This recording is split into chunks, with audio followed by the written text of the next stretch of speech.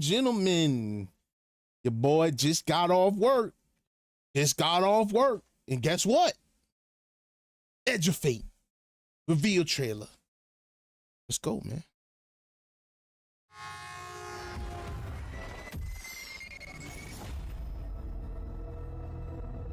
Observe, connect, conceal. Guardian, I had a vision.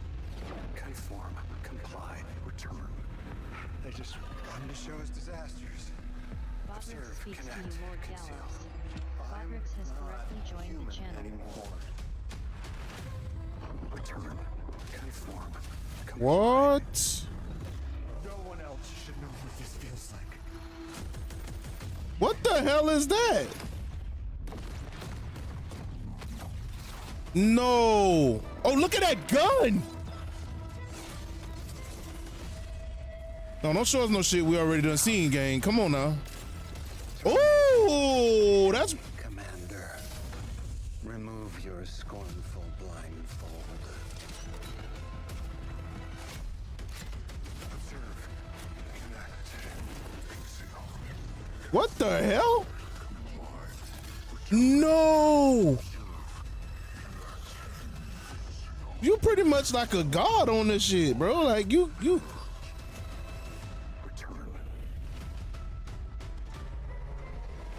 Or is that the Traveler? July 15th. Yo, wait a minute. Okay, the Edge of Fate and Renegades. What does that mean by? Yo, look at that. That look like some Sith shit right there on the right. You see that on the right? I think that's a warlock with that that beam sword like a lightsaber. Come on, dog. Don't do me like that. That looked like some Star Wars shit. Matter of fact, they got the Darth Vader helmet for the pre-order. Yo, come on, y'all. Come on, y'all. Come on, y'all, with that. Come on, man. That's dope. That's dope. I like that. But let's see the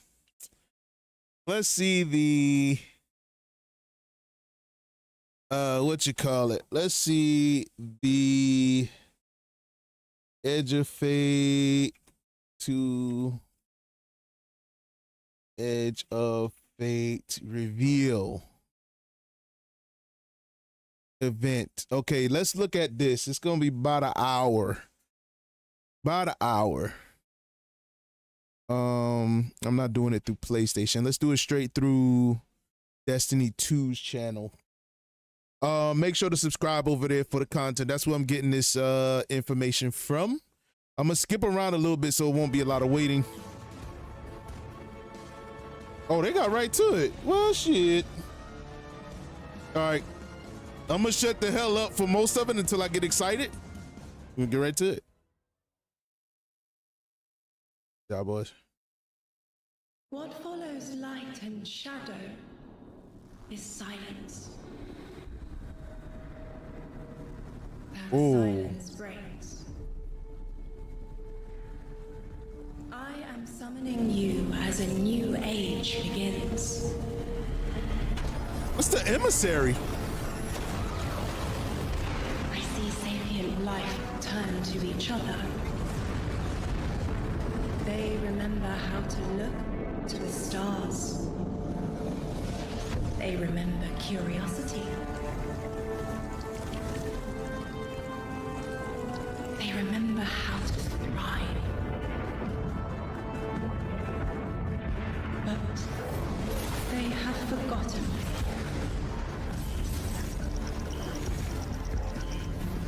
They forgot we were here long before the Traveler. Oh. They forgot that they need us. But they are fated to remember. I will remind them. I'm sure you will, but not through me. Oh. Find someone else. Oh, shit. What?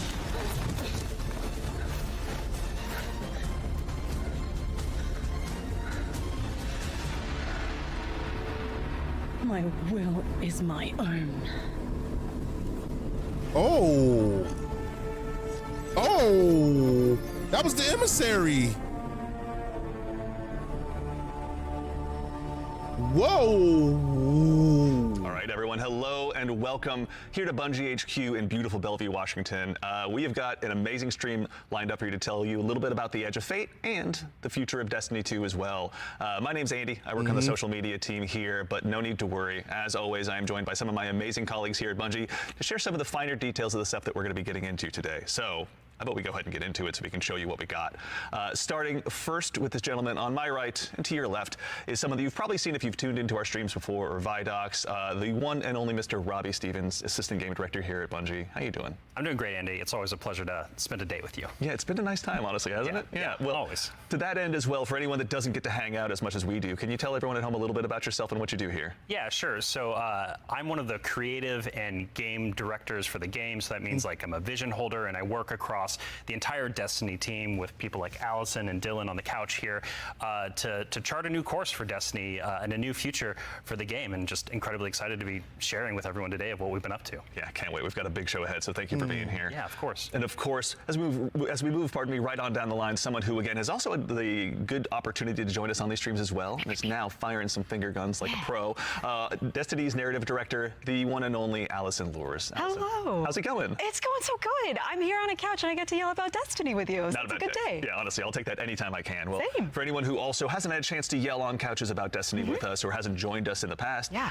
Do you mind telling us a little bit about yourself? Sure. So my name is Allison. I'm the narrative director for Destiny 2, and so that means it's the job of me and my team Allison to make you laugh and Lewis. make you cry and make you go, whoa, I totally forgot about this thing from 8 years ago. How did they remember? It's because we're good at our jobs. It's true. So there you Yeah. go. As someone who gets to sit in on the writers' rooms, I can now doubly confirm that. So thank you for love being having you here. there. So much Yeah. fun. No, seriously, thank you so much. And of course, as we move right on down the line, the gentleman there at the very end of the couch, someone who is a friend to all Guardian kind, who's known far and wide, a member of the Destiny Global Comms that team room looks here at so Bungie, fucking Mr. cool. Dylan Gaffner. How's it going, Dylan? It's going well. How are you, Andy? I'm doing so well. Thank you so much for Got to make sure to ask every time. I appreciate it. I need all the help I can get.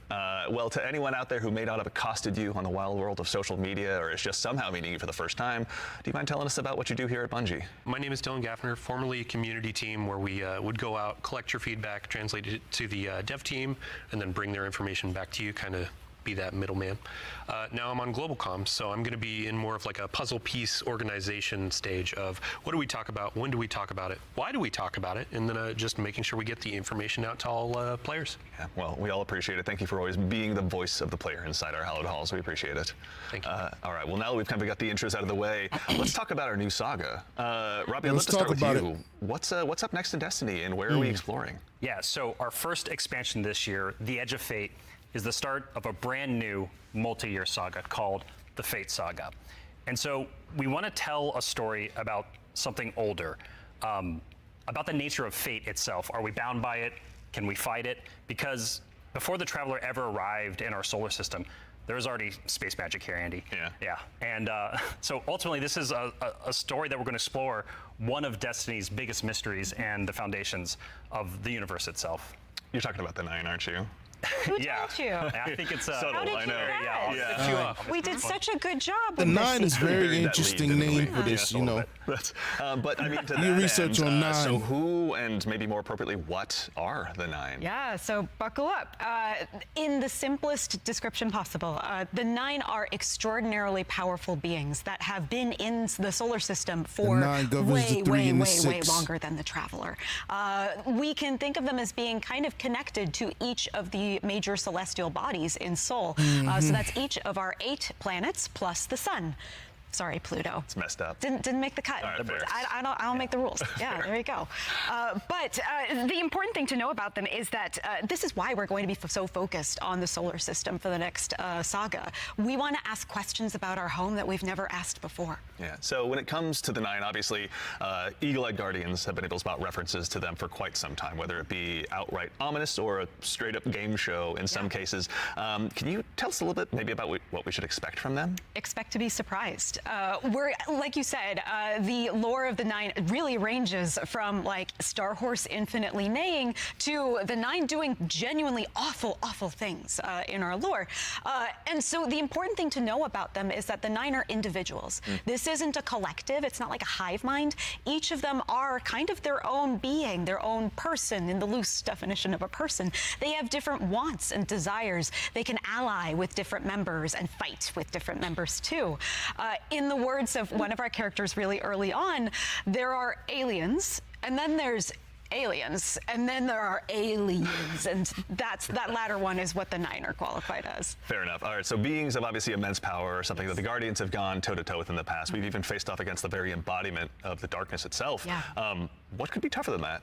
Yeah, so this is something that we think about a lot about, because ultimately the 9 seek to free themselves at no matter the cost to humanity. And because they're extra dimensional in the ways that Allison are describing, they're not bound by the same rules that we are, that we've really experienced before in the game today. And so humanity and the Guardians, to many of them, are ultimately just bugs that can be squashed on, that they don't really care or think about beyond, achieving their ultimate goals. So.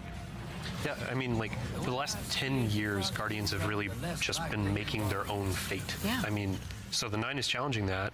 How are we going to deal with it? Yeah, whether we like it or not, the 9 have a plan for us.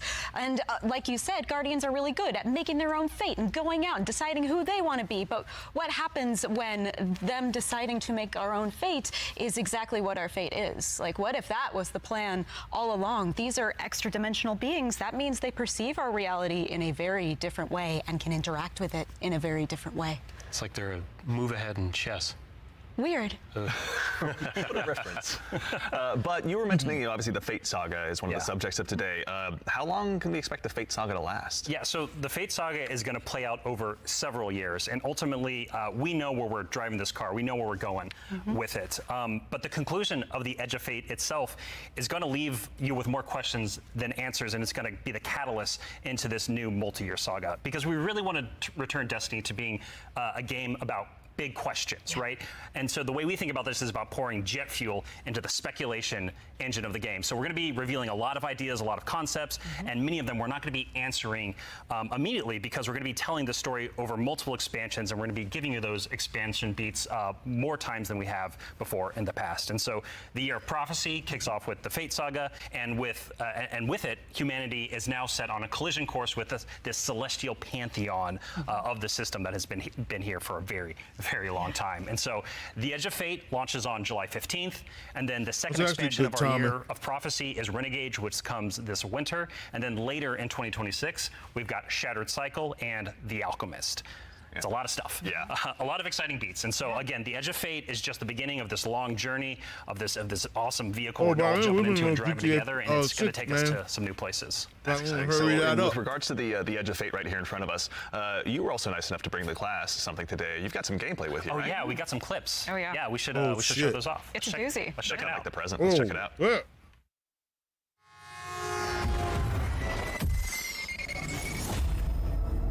Oh, we done seen that part.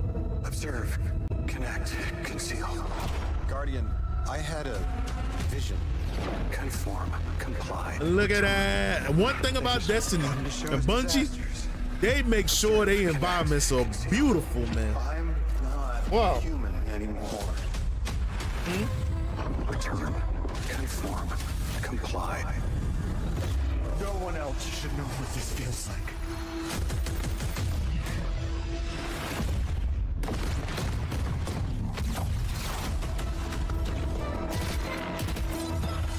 Damn. Enough. Terminate. Yo, that look like that's gonna be a hell of a gun. I ain't gonna lie. Remove your scornful With that. Is that a scout rifle? Sniper rifle.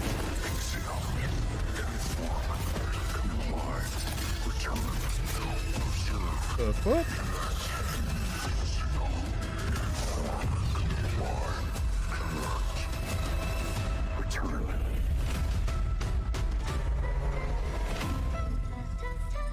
That's crazy.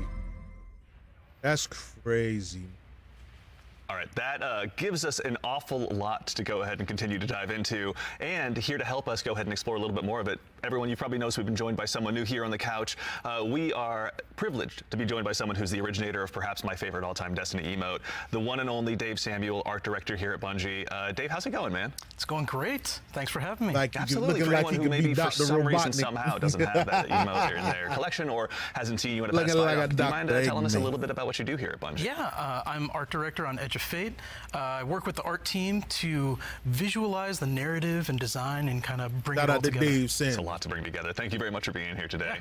So with the Edge of Fate, it's obviously the first expansion in the Fate saga. Allison, I'd love to start with you, actually. What can you tell us about the Edge of Fate? The Edge of Fate begins with an invitation, and we are invited, along with a very specific group of people, to a location, to a moment in time for a very specific reason. Very specific purpose. Very specific reason and purpose, yes. Yeah. And the place that we're going to is called Kepler. And so you may be saying, now, Allison, hold on. Hold your horses 1 second, because the Kepler I know is the one that's way outside of our galaxy. What do you mean we're going to Kepler? And I say, like, dear friend, didn't you know if you look inside in Destiny's universe, the Oort cloud at the edge of the solar system, you'll find a little planetoid that also happens to be named Kepler here in the world of Destiny. And that's where we're going, to Kepler. Super exciting. And this is kind of a, Robbie, we were talking kind of before the show, this is like like a first taste of something new, right? Yeah, so what you're seeing here is us just trying something new. We're expanding the universe of Destiny, creating new mysteries to uncover. This whole destination is about exploring a labyrinthian world that it took inspirations from things like Dreaming City, exotic missions, dungeons, and it's wrapping it all through a Metroidvania inspired experience. And so at the heart of all of this, at the heart of the Edge of Fate, is a player-driven exploration and discovery of an exotic world with brand new abilities. So actually, to even just maybe dig a little bit deeper, like how is the Edge of Fate going to be different from past expansions that we've made for Destiny? Yeah, so at the global scale, when we're thinking about expansions in the Year of Prophecy and the formula of Destiny expansions going forward, first off, we're doing 2 expansions a year instead of just 1. And think of each of these expansions as a little bigger than something like a Rise of Iron from D1. And so both of these expansions combined are going to be even more expansion content than we've done in the past. And by delivering 2 of these a year, we're upping the pace of major world and story events that really matter to players and are going to be pushing the Fate saga forward. And so we're trying radical new things with each of these expansions. And so alongside this new destination of Kepler, this exotic world that players will explore with brand new abilities, we also have world tiers. And world tiers allow you to take on a higher level of challenge on the destination in order to attract some of the best loot within the release. What's cool about world tiers is as you play through the mainline story and you play through the first couple of world tiers, you're going to unlock later world tiers. And as you're claiming these abilities, as you're exploring the world more, as you're discovering more within the release, you're putting these puzzle pieces together and you're figuring out how to solve all the mysteries on Kepler with different ways. And so you might play a puzzle in one way, a mission in one way, and when you're in these higher world tiers in the post game, you can start to solve these problems in different ways that you couldn't before in the original playthrough.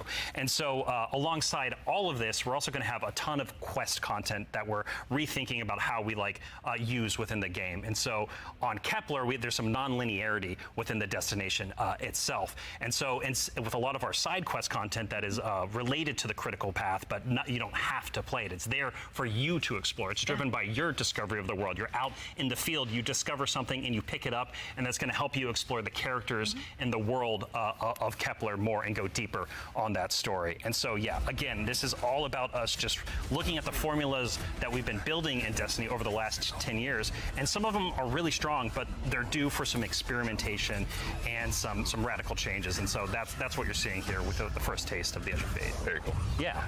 I love everything you just said. I was a little distracted by some of the gameplay we were showing, like exotic sniper rifle, I think I saw, kind of recognize that. Oh, yeah. Some enemies with a couple really cool twists, like, okay. Yeah. But then also there was a Guardian that turned into like a lightning ball. Yeah. Yeah. So, so there's multiple new abilities that your players are going to be able to discover on Kepler that's going to make them navigate and look at the world in different ways. But the one you're talking about, Dylan, is we see it as our premier ability, the crown jewel to release, and that's called Matter Spark. And Dave has joined us, and he's helps us take the vision of the narrative and the design and the art and smush it together in amazing experiences. And so I think Dave should talk to us more about Matter Spark. Please. Yeah. So there's this new source of energy on Kepler, this strange dark matter. So the Guardian binds itself to the dark matter using the arc powers within. You can think of the dark matter as like a medium, and the arc is this catalyst that will allow you to completely the hell change is that, a form. super? Transforming into Matter Spark lets you squeeze into tight areas, race around areas, jump over stuff, That's and it also allows you to turn into this basically electric rolling ball of death, jolting and shocking enemies that come across your path. Is that a warlock? So obviously, one big part movement, one big part combat, but Or is that just even in any addition to Guardian? that, to look a little bit, wider, how did the Matter Spark Ball kind of influence the world that we're going to be inhabiting? Yeah, the team really had to rethink what it means to build a destination with these abilities in mind. A simple hill becomes a ramp to get to a new space. A crack in the wall, it basically will reveal a whole new area to explore. It's also a new way to engage with enemies. Instead of taking a bunch of enemies head on, you can find a Matter Spark pad, transform, turn into this electric ball of death, and then just start racing around the arena, dash over their heads, and flank from behind, and then really give the House of Exile. Oh, that's some Metroid shit. As well, we should. That's some Metroid shit. They got that from Metroid. So what are some of the other Kepler abilities that we'll be able to unlock? Come on, gang. That ain't original. Yeah, so each of these Kepler abilities are a mix of dark matter cool, but it's and not, our Guardian's powers. So we have the Relocator Cannon, which is this new fallen dark matter tech mixed with void. This is going to allow you to bypass laser walls, use these cascading relay networks, and just basically teleport around the world. Another ability that we have is Matter Morph. This is dark matter mixed with strand, allows you to manipulate the environment. You'll be able to basically push and morph and move geometry to create bridges, open up doorways, and then also reveal Nintendo don't get on y'all ass, man. Yeah, so what's really important about what Dave is describing and when we're thinking about building this world, it was all about hey, here's this new tool to navigate and see the world in a different way and solve little puzzles and mysteries throughout the missions, the free roam, and the quest content, and beyond. But also what was really important to us is that we lean into Destiny's first-class ability gameplay. And so with Matter Spark, like Dave is mentioning, you're jumping, you're dashing into enemies to destroy them. You're doing giant explosions with them. With the Relocator Cannon, you're just blowing everything up with void explosions and graviton lance style little secret projectiles. And then what's really fun about Mattermorph is you can just be throwing these strange shurikens basically to just delete an encounter before you then start to morph the environment around you and move to the next area. And so it's just really exciting I'm incredibly excited about watching players just solve puzzles and fight encounters in ways that we don't even expect yet, and see how they take on the destination. And just I really want to emphasize, you're going to be upgrading these, and when you get into especially the post-game experience, it's going to unlock. There's something unlocks with Matter Spark that really changes the way that you can play through the entire destination. Yeah. So when we're talking about dark matter, Yes. We have darkness abilities like Strand and Stasis already. How is dark matter different? Yeah, so dark matter and darkness are two completely separate things. They're completely different things. But dark matter does exist in our world. In the world of Destiny, we know it as being tightly connected to the Nine. It's what the Nine are actually made out of. In our world, dark matter is invisible. You can't really see it. And it wouldn't be very fun to make a destination where there's an invisible thing that you can't actually see. So lucky for us on Kepler, there's a bioluminescent microbe that allows us to see all of this substance that's impacted this world so much. It allows us to see how it's impacted the plant life, how it's impacted the behavior of the peoples that we're going to encounter, and we can see how it has been able to bring these things that are kind of unstuck in time into this current location. I do have to put on my drifter hat for just a second and what does it smell like? What does it taste like? Yeah. Dark matter smells and tastes like bleach and math. Yeah, it's true. Cannot wait to get that chip flavor. Yeah. Get it with a sandwich today after. It's zesty. Yeah, it's really good. Actually, so on the topic too of stuff in the trailer as well, we heard someone talking there. Can you tell us who that was? Sure. That was Lodi. Lodi is a new character that we're introducing in Apollo. Not in Apollo. We're introducing him in the Edge of Fate. Yeah. I want to give a special shout out to Brian Villalobos, who portrays Lodi and does a spectacular job. This character is fascinating. He's kind of a fish out of water, but the fun thing about tropes is to kind of put a twist on them, right? So what if that fish that we pulled out of the water was the most qualified fish to be pulled out into the air? Down for anything. It's down for anything. And what if that fish was kind of made to be pulled out of the water?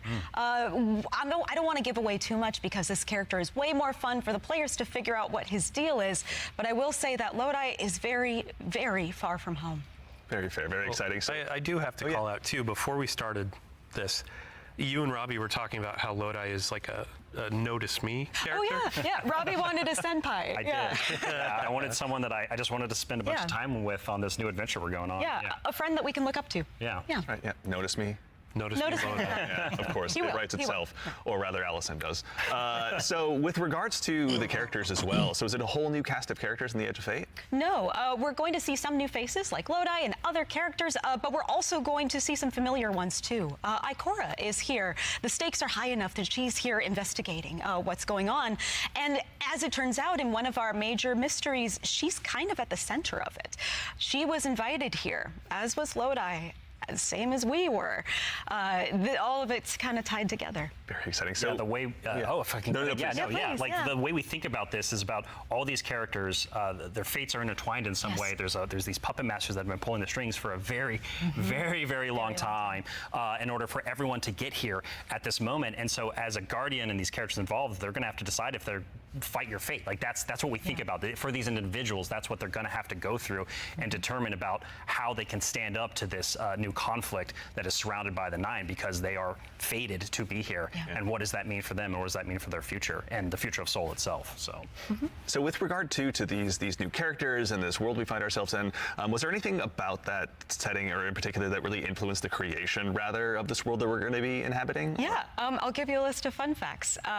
First off, if you've been paying attention to Destiny over the last week or so, you already know that there's been people on Kepler for a long time. That's an old-ass computer that you were putting those numbers into. We also know that the Vex are here. They're studying the Nine because it turns out the Nine can do something that the Vex can't. As Dave mentioned, the House of Exile are also here. They've become fixated on a being that they call the Giver. And kind of most importantly, the dimensionality on Kepler is really thin. So the 3 dimensions that we can know and see and touch are very close to the realm that the Nine live in. And that means some things from Earth's past have been yanked into Kepler's present. Exciting. Nice. Yeah, I mean, so we've been talking about invitations throughout this, and we need to call out an invitation that's actually going to be waiting in the game after this is over. Rite of the Nine begins today. Yeah. So I believe we have a trailer to show. Yeah, you were nice enough to bring a trailer along. I'll go ahead and give it a show look. it to me, because we about to get into it. Play.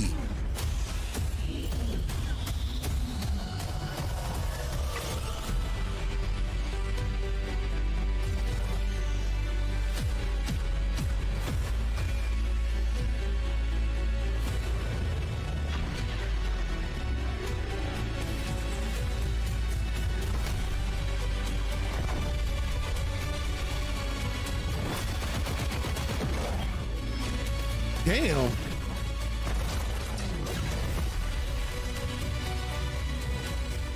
Oh, I gotta get some of them guns. We gonna be doing that today. Gotta get some of them guns, gang.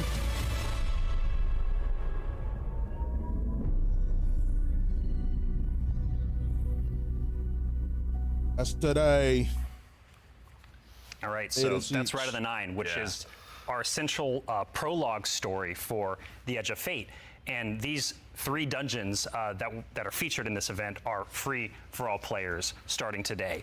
And so what's really important about this is that these dungeons are both for veteran dungeon crawlers, hardcore raiders, people have been in these places a lot, but also new guardians who have never stepped into a dungeon before, right? What was really important for us when we were developing Rite of the Nine was that we are changing the formula on how we can think about how we can welcome even more people into these experiences. And so you're going to be able to go in solo, buffed up, and explore a dungeon by yourself, or go in match made with other fire team members shoulder to shoulder for the very first time. But don't worry, because we also have that higher level challenge for our veteran, our hardcore dungeon crawlers, where you're going to be able to earn the best possible loot, exclusive rewards, and also an exclusive title as part of Rites of the Nine. What's also really important about this event for being a prologue for the Edge of Fate is that it really reintroduces the emissary into the game, and you're going to learn why her job is pretty crappy and why she quits at the top of the Edge of Fate, like we saw at the beginning of this show. And so, Andy, we've been talking a bunch about how our Destiny expansions are changing the formula for Destiny going forward. So now I think it's time for us to start talking about how the core hobby of Destiny is changing going forward, the day-to-day of playing Destiny, week over week experience. And we've got someone else on the couch here to help us talk about that. We have an expert in that very subject now who's gone ahead and joined us on the couch. We are now joined by the one and only Mr. Ben Womack, creative director here on Destiny. Ben, how's it going, man? Hey, I'm doing great. I'm really excited to be here. There's a lot to talk about. Yeah, seriously. There is a lot. Yeah, it's going to be a very talk, good conversation we have coming Don't up. fuck it up. Before we get into that, can you tell us just a little bit about what you do here? Yeah. So I'm the Destiny 2 creative director for the core game, or the core hobby, as we call it. Yeah. And it has to do with all parts of the game, everything from Edge of Fate, through our seasons, through the fundamental systems. And in particular, like Rob was saying, I've been focusing on thinking about the kind of building blocks of Destiny 2 and getting those not only stood up, but also transformed and iterated on in some really exciting new places. Nice. Well, let's go ahead and just start at the top. Can you tell us a little bit about what the core formula of Destiny is changing and why? Yes. So I think we need to start with the why first, because it's important to think about what is Destiny, what is great about Destiny. And Destiny is best when you have awesome chases that you're excited about. You have really cool, powerful builds to make, and there's a mountain to climb that's right in front of you that you want to climb. You're like, I want that mountain. It looks pretty cool. And the thing that is not always true right now in Destiny is it doesn't feel streamlined as it could. Players don't have as much agency. We want to be player driven. We want to be more rewarding than we are. Because right now there are barriers to playing Destiny in the best way. And those barriers are insurmountable sometimes. So think about that whole picture of, okay, what is the Destiny that we really want, that has been in the past, that we also want to get back to, and where we want to go for the future? That's where all the changes you're going to see have started, at their inception point. So it's a big piece of the pie. Massive updates coming across so many systems of the game, and this is we're just getting in, digging into the surface. Yeah. I mean, to that same end, then, how are we making it easier? Pardon me, to go ahead and just get straight into the fun. Oh no, Destiny. let's do it, because that's exactly what we want to do. Yeah. And the first thing you're going to see when you log into Destiny with Edge of Fate, you're going to log in your character and see your ship in orbit. It's going to say, it's not going to say Open Director. It's going to say Open Portal. And the portal is our new front page of the game. We're trying to get you to the fun as fast as possible, and as few clicks as we can. We even have Edge of Fate there in the corner, so that it's right immediately there. No fumbling around with the map to get to it, really. Yeah. And we're also taking other big parts of the game, the ritual game and for seasons, and putting them into these ops categories. So the idea is that we're having these different ops for different moods. We're having solo ops. We have a bunch of fire team ops. We have pinnacle ops, and of course we have crucible ops. Still super important for the game. Yeah. I mean, to start up at the top, can you tell us a little bit more about what solo ops is? Oh, yeah. So solo ops is exactly what it says on the tin. It is a bunch of activities that are made for solo players. And the conception point of that was, we want to make activities for players who have a smaller amount of time that they want to play in, and they don't necessarily want to have dependencies on other players, but they still want to get in there and play for 10 to 15 minutes and get some real progress. Yeah, get some loot. Yeah, get some loot. Yeah. Get some loot and get your character forward and feel like, I played some Destiny and that was great. And even if you don't feel like playing with other people, that's fine, because we have an activity type that is designed for one player. Excellent. So, I mean, to that same end, what are some other ways that we can play and have fun using Portal as well? Yeah, so Robbie actually has a great way of talking about this. So. Yeah, some of the North Star that is what we talk about when we were developing the Portal early on was like, where are we headed with this thing? And ultimately, it's play your way. It's giving players more agency, more personal drive to figure out how they want to engage with the power climb and the new progression systems coming and our seasons. And so the entirety new progression and power climb is now all available to you in the Portal at your fingertips in one place. It's really easy to find, really easy to jump in. Anything you play inside of that category is gonna, any of those categories is gonna help you make progress. And so, because we want Destiny to be welcoming not only to new players, but also old players who are coming back to the game to join us with the Edge of Fate. And we also want this to be like a new even playing field for everyone. And so, as part of this is a commitment from us as part of the core hobby and all the seasonal content we're building, that we're gonna be continually investing in this, right? We're gonna be continually updating this over time for years to come. And so, you know, you're asking me directly, like, what else is there to do? Yeah. Ben mentioned solo ops. We also have the fire team ops and pinnacle ops. Both of these are more around playing with other fire team members, shoulder to shoulder, where fire team ops are more quicker sessions. There are some longer form things in it too, but then pinnacle ops are more about those really long form or more challenging kind of focused activities like exotic missions, for instance. And so, and then the one thing we haven't talked about yet very deeply, but is incredibly important, and it's something that I think we've done for the first time, like ever, or maybe since early D1. It's kind of a return to form. Yeah. You're going to be able to experience the entirety of the power climb within Crucible Ops by playing PvP, right? So this means, like, if you want to be sweaty, Andy, which, like, I know you, Dylan, too. I know you're that way, right? Like, I know both of y'all. Like, if you want to put those sweatbands on, you're going to be able to play the entire experience in the season here and earn some of the highest tier loot that's also available in the game. I have to say, this is like super exciting because, like, my player type or other folks out in the community, like, they want to go in, they want to jam on PvP, but then their friends invite them to do a dungeon or a higher tier activity, and they're like, oh wait, I need to grind a long time to get up to power. Now through PvP, they can get up to power, and you can just bring them into that PvE experience and have a fun time with each other. Yeah. So. That's honestly how I primarily played D1, so I'm really looking forward to that. So it sounds like the core, obviously, of what you guys are talking about, play the way you want to play. It's right at the center of all of it. What if I really want to challenge myself, push myself? Oh, yeah. A little bit more? That's important to us. Yeah. So Death is important to us. Well, death, but also success. Yes, and that's true. That's true. Yeah. Yeah, and so we really want to give agency. That's one of the things. Agency player driven towards loot and challenge. And so we have a really hugely expanded activity customization system. We have a lot more difficulty levels, and we have a ton of new modifiers. We have 50 new modifiers along with all the old modifiers that we've released. Oh, they got an ultimate difficulty level. Look at that. Options for you to experience. Wait a minute. Any of the PvE content in the curator. And so, like, we have Banes, not just old Banes that we have, but new Banes as well. We also have boons to help you, like, get advantages fucking in your activities Grandmaster, and for your build. We have challenges and trade-offs. And the fun part is you're going to get these different combinations that are available, and you're going to then make a mix that's actually going to. You know, I gotta play that. This Ultimate Gaming Federation. I gotta play Ultimate. Like, there's a new boon called Grappler that I personally love. You gotta do ultimate way to difficulty. play, where they give you 3 grapple grenades, replacing your current grenade. You can't do the melee, but they recharge super fast. So any build you want, you could now Spider-Man around any map.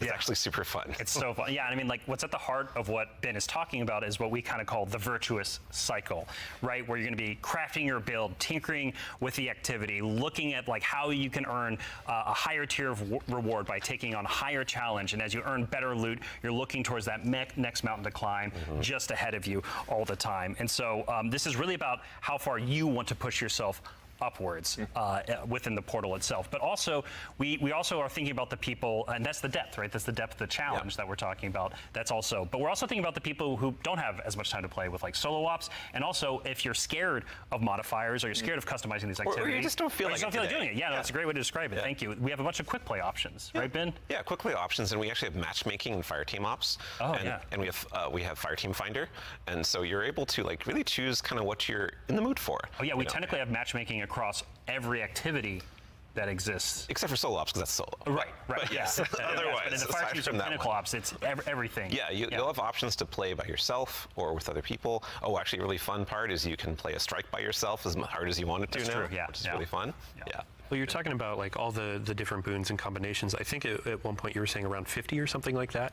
Those 50 new ones. 50 new ones. Yeah. So it's like you can take those into solo ops. Like we're talking about this being kind of leisurely, bite-sized activity, but if you want to take it and say, I don't want Weenie Hut Jr., I want like esoteric level solo hardest thing in the world, like you can kind of customize and do that. You can just do it from the very start if you really want to. Yeah. And Depends on how deep you want to go. Yeah. Really. Yeah. And the point is that you're going to like stretch that far, and we want the reward to feel like worthwhile. Yeah. And, Yeah, you want to feel like as you're pushing yourself, you are rewarded for it. That is something that's really important to the vision here for the portal. Yeah. Rewards, huh?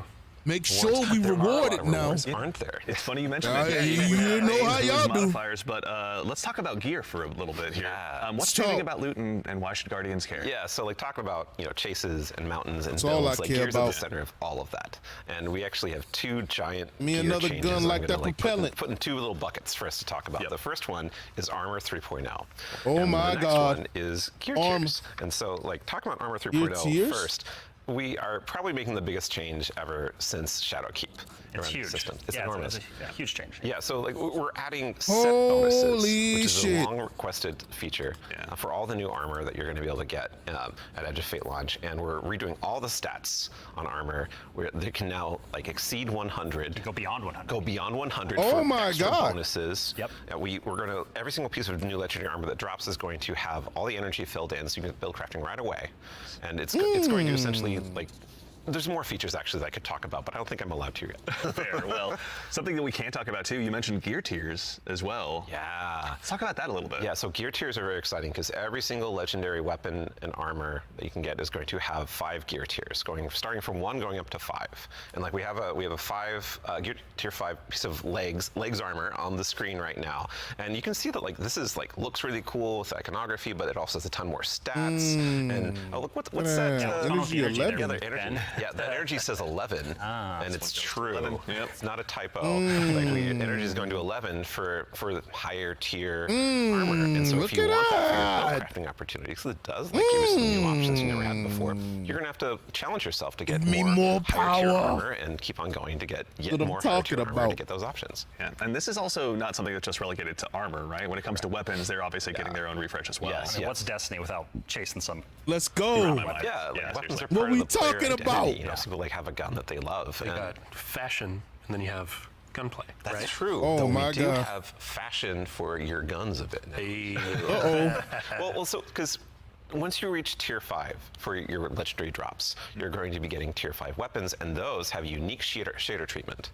It's like essentially a completely different look that's going to Oh immediately my identify it to God, you look and at others that! This is the highest tier. Are gear you of this, kidding of this me? drop that you can get. Give It's gonna us show on blessings, the weapon, something it's gonna beyond show time. on the Look at icon. that It's even going to shit. show when you kill Rapid enemies with fire that frame. weapon, Yo, I because need this there's gun. unique kill effects for tier I 5 need weapons that you this can gun. turn Is on it off art if you don't gun? want it, but your It's gameplay kinetic. will like show that. No, yeah, the weapon kinetic. that is being used is like the highest tier you can Oh Yeah, my Giver's Blessing, which I God, think we bro. have on screen right now. This is one Wait, of the that's Kepler auto art? rifles, That's, and I cannot put this thing down. it's so good. Yeah, when we're playing through the Edge of Fate right now, and it's Oh what's really my exciting God. about it for me is that like when you see that tier 5 drop, like you know immediately that's better than like a tier 3 or tier 4 weapon that you have, right? And I think that's when we talk about making Destiny easier to just jump in, find the fun, make it accessible, but also create more depth. Yeah. You know, this is what we're thinking about. It's like how can we just make immediate like you understand like okay, Yes. this is probably better than the thing I have right now, depending on what gear tier it is. Yeah. I mean, that's I hear y'all, that's a good Destiny. example of how I much like time this. and effort is being put into these game I like systems to make this. them more like I ain't gonna approachable. Change can be scary. There's a lot of change that's about to come to the game. We're Armor 3.0. We have so many new boons. We have a bunch of new stuff. I don't care. And I'll after rebuild. 10 years of Destiny, Fuck this is that. going to flip some stuff on its head. Give me that we're gonna have a bunch gun. of blog content. We're going to have interviews with Robbie, with Ben, with Give other me folks that across the team gun. that have been working on this. And then we'll also be elevating our creator community when they're creating guides, all that kind of stuff. It's going to be a fun man. time. But Oh, ultimately, my a big shout God. out and thank you to all the folks that have been coming into our studio, giving feedback early on some of these systems so they can be more approachable. And we're looking forward to all the feedback that's going to be coming after launch too. Like this is again one of our first steps into something, and then the community and we are going to build something amazing. Yeah, and I can't stress enough how much feedback we've gotten from the community summits we've been running over the last year for the Edge of Fate, and just people reaching out to the community teams and others to us. Like your feedback is invaluable. So like seriously, like thank you so much. We're making this game together ultimately. Yeah, it's incredibly important part of the process. Like I don't think we would be able to make what we do without it. Yeah. Yeah. working with the community is obviously a core part. Dylan, Oh, huge thanks to you and your man. team, I need obviously, that for tier helping lead 5 that auto charge. rifle, And, gang. in advance for the big blogs you get I to write. need And that. also- That shit looks so good, and it's a rapid fire frame auto rifle. But You were saying you Over. wanted to try to break the record for longest twin? Over. I'm more predicting we are. Yeah. So we'll Put it in the hands of my warlock. It's It's gonna be a over. multi-month journey as we head towards launch. So. Yeah, Oh it'd be a my good time. God. But we've been talking a lot about the core Destiny hobby. How does that extend into like how players are going to experience like a full year of Destiny? Yeah, so we've been focusing on improving and changing the formula of Destiny in multiple ways. And so progressing through the Fate Saga is going to be more meaningful with 2 expansions a year. We've been talking about how focusing our seasons and on the core hobby of Destiny and that commitment to continually updating it. And in addition, we're going to have 2 free major updates between each of our major expansions coming in the year of Prophecy and beyond. And so ultimately that means there's 4 big beats happening in a year. My question is, 2 how much is this shit gonna 2 cost? free major updates between those expansions. That's my question. So How what much that is means this we're shit gonna not cost doing me? is paid seasonal content anymore. We're not doing separate seasonal storylines. And this also means we're not building a bunch of activity content that basically just goes away and is less meaningful to the game after 3 months. So we're instead focusing all of that effort that used to go there instead into building up the core hobby of the game so the core hobby stays fresh and exciting, Then they got year-round. another, And so, and they got a new raid. ultimately, this means no new more paywalls gear, for new seasonal dungeon. content, and also these major Oh, updates Lord. themselves that I'm signposting around Lord. right now. The size of them roughly and the inspiration for them we're Oh, thinking about is Lord. like Into the Light. Okay. So when you say like into the light, for folks that aren't out there, like what for a major update, how big is that? Like how do you encapsulate Yeah, that? so when I say Into the Light, a lot of this is like the inspiration of what it was. And with Into the Light came a really cool theme that wrapped around all the new stuff we were building within it, but also a lot of the reprise stuff as well. And also, with it came Onslaught, a new type of activity. It came with reprised exotic missions and a rethinking of how we could do like a rad style event, a raid event with the Pantheon. And so for our first major update coming a few weeks after the Edge of Fate launches, we've got Ash and Iron. Right? And so with Ash and Iron, we're going to be returning to the Plague Lands. Returning to the Plague Lands, can't wait. It's going to happen. Plague Lands, baby. And so that story is going to pick up from where we left off from the Edge of Fate. And with it, we're going to have a new activity called Reclaim, a brand new exotic mission, new types of pinnacle ops entering that for the first time, as well as, of course, what's Destiny without loot to chase? We've got new gear, new rewards, and 2 new exotic weapons as part of Ash and Iron as well. Okay. And again, this major update and the season, all the seasonal content going forward is free for all players. All the activity content that exists in the portal, that's free to play. Very nice. So even to actually go one quick layer 2 deeper on seasons as well, what are some of the cool things that we're going to be able to do with the season that's launching alongside the Edge of Fate? Yeah, Ben has been working on this space with the team for a while now, so I'm going to kick this one to him. Yeah, so we're trying to make any time the best time to hop into Destiny.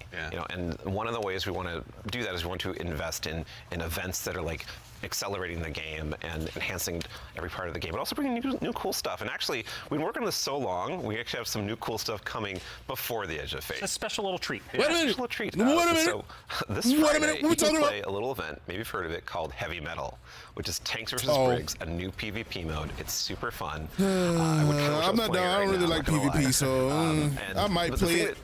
I might, y'all let me know. Is we have Put a it in the new chat if reward y'all want me that's to play unique this in shit. Destiny, if you invest in this event, if you go and play it. And it is a free-to-play event. So this reward is free to play. It is a new combat vehicle that goes in your Sparrow slot, a combat Sparrow, if you will, called the Griffin. And this is a really cool, like, combat-ready vehicle you can take anywhere you can summon a Sparrow. You can summon it and use it to fight your enemies and just have a really good time. And there's some really cool. There's some really cool build crafting things with this vehicle that I don't want to spoil right now, let people discover, but I'm super excited for it. They all thought they were going to ride those skimmers forever. Well, I mean, we've been saying like, what was it? Skimmer is Flash and the Griffin is Splash. There we go. And the dad joke quota has been met. We got to get one in. Absolutely. Nah, y'all doing that shit because Like, you y'all got know more for us, don't you? Borderlands came for your You know, ass. like I just said, there's more events that we've been making. There's Y'all one that's already gonna happen know right Borderlands after is the on launch you, of Edge of boy. Fate. It's called Arms Week, and it's a one-week-long event, telling you. and you're going to be focusing on one weapon archetype in Arms Week whenever it comes around. And this one is going to give you a new legendary weapon of that type. It's going to have some volatile mods that are there for the week that are going to be super interesting and fun to play with, and some focusing you can do.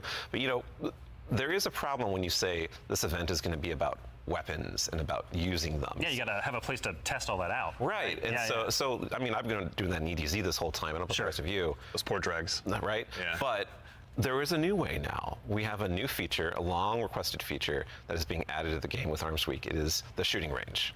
And the shooting range is being added to the tower. It is a now permanent addition to the game with the launch of Arms Week. We're not taking it away.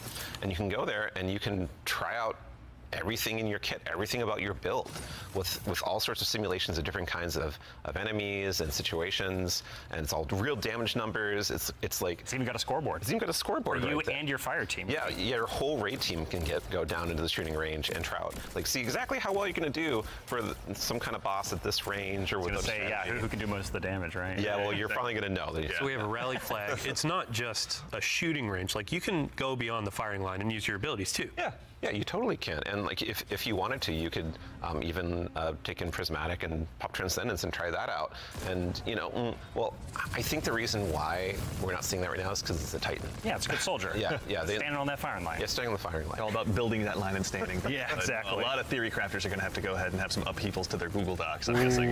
This will be a really good tool. Like, as we're adding all of these different systems with gear tiering and all of that, you can go in and check those damage numbers in real time. Like, how do my stats change? How are these different gear bonuses going to affect my gameplay? You can see it in the tower now. At least you know what the hell you're doing. Well, we're talking about weapons. Oh yeah, well, one more thing, right? Yeah, no, there's one more thing. Yeah. You're excited. So there's more events. Of course, there's more events, and the holiday events are coming up. Where Solstice is right around the corner. It's as summertime, well. right? It's summertime. Summertime is Solstice time in Destiny 2, and Solstice has some really cool twists and such that we're planning. But I'm not going to talk about that right now.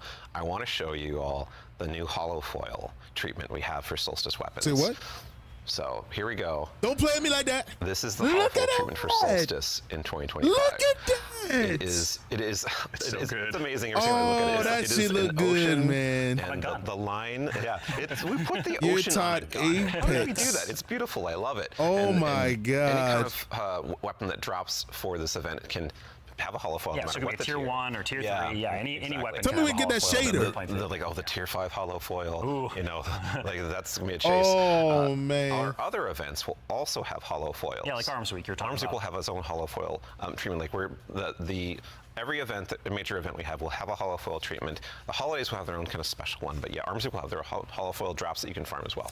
Super exciting. That's it's dope. gonna be a good time. That's dope. Way too much stuff to chase down. No so lie, that's appreciate you guys dope. putting all our That work is in, dope. obviously, for that. But I That's believe dope. we've got one more thing.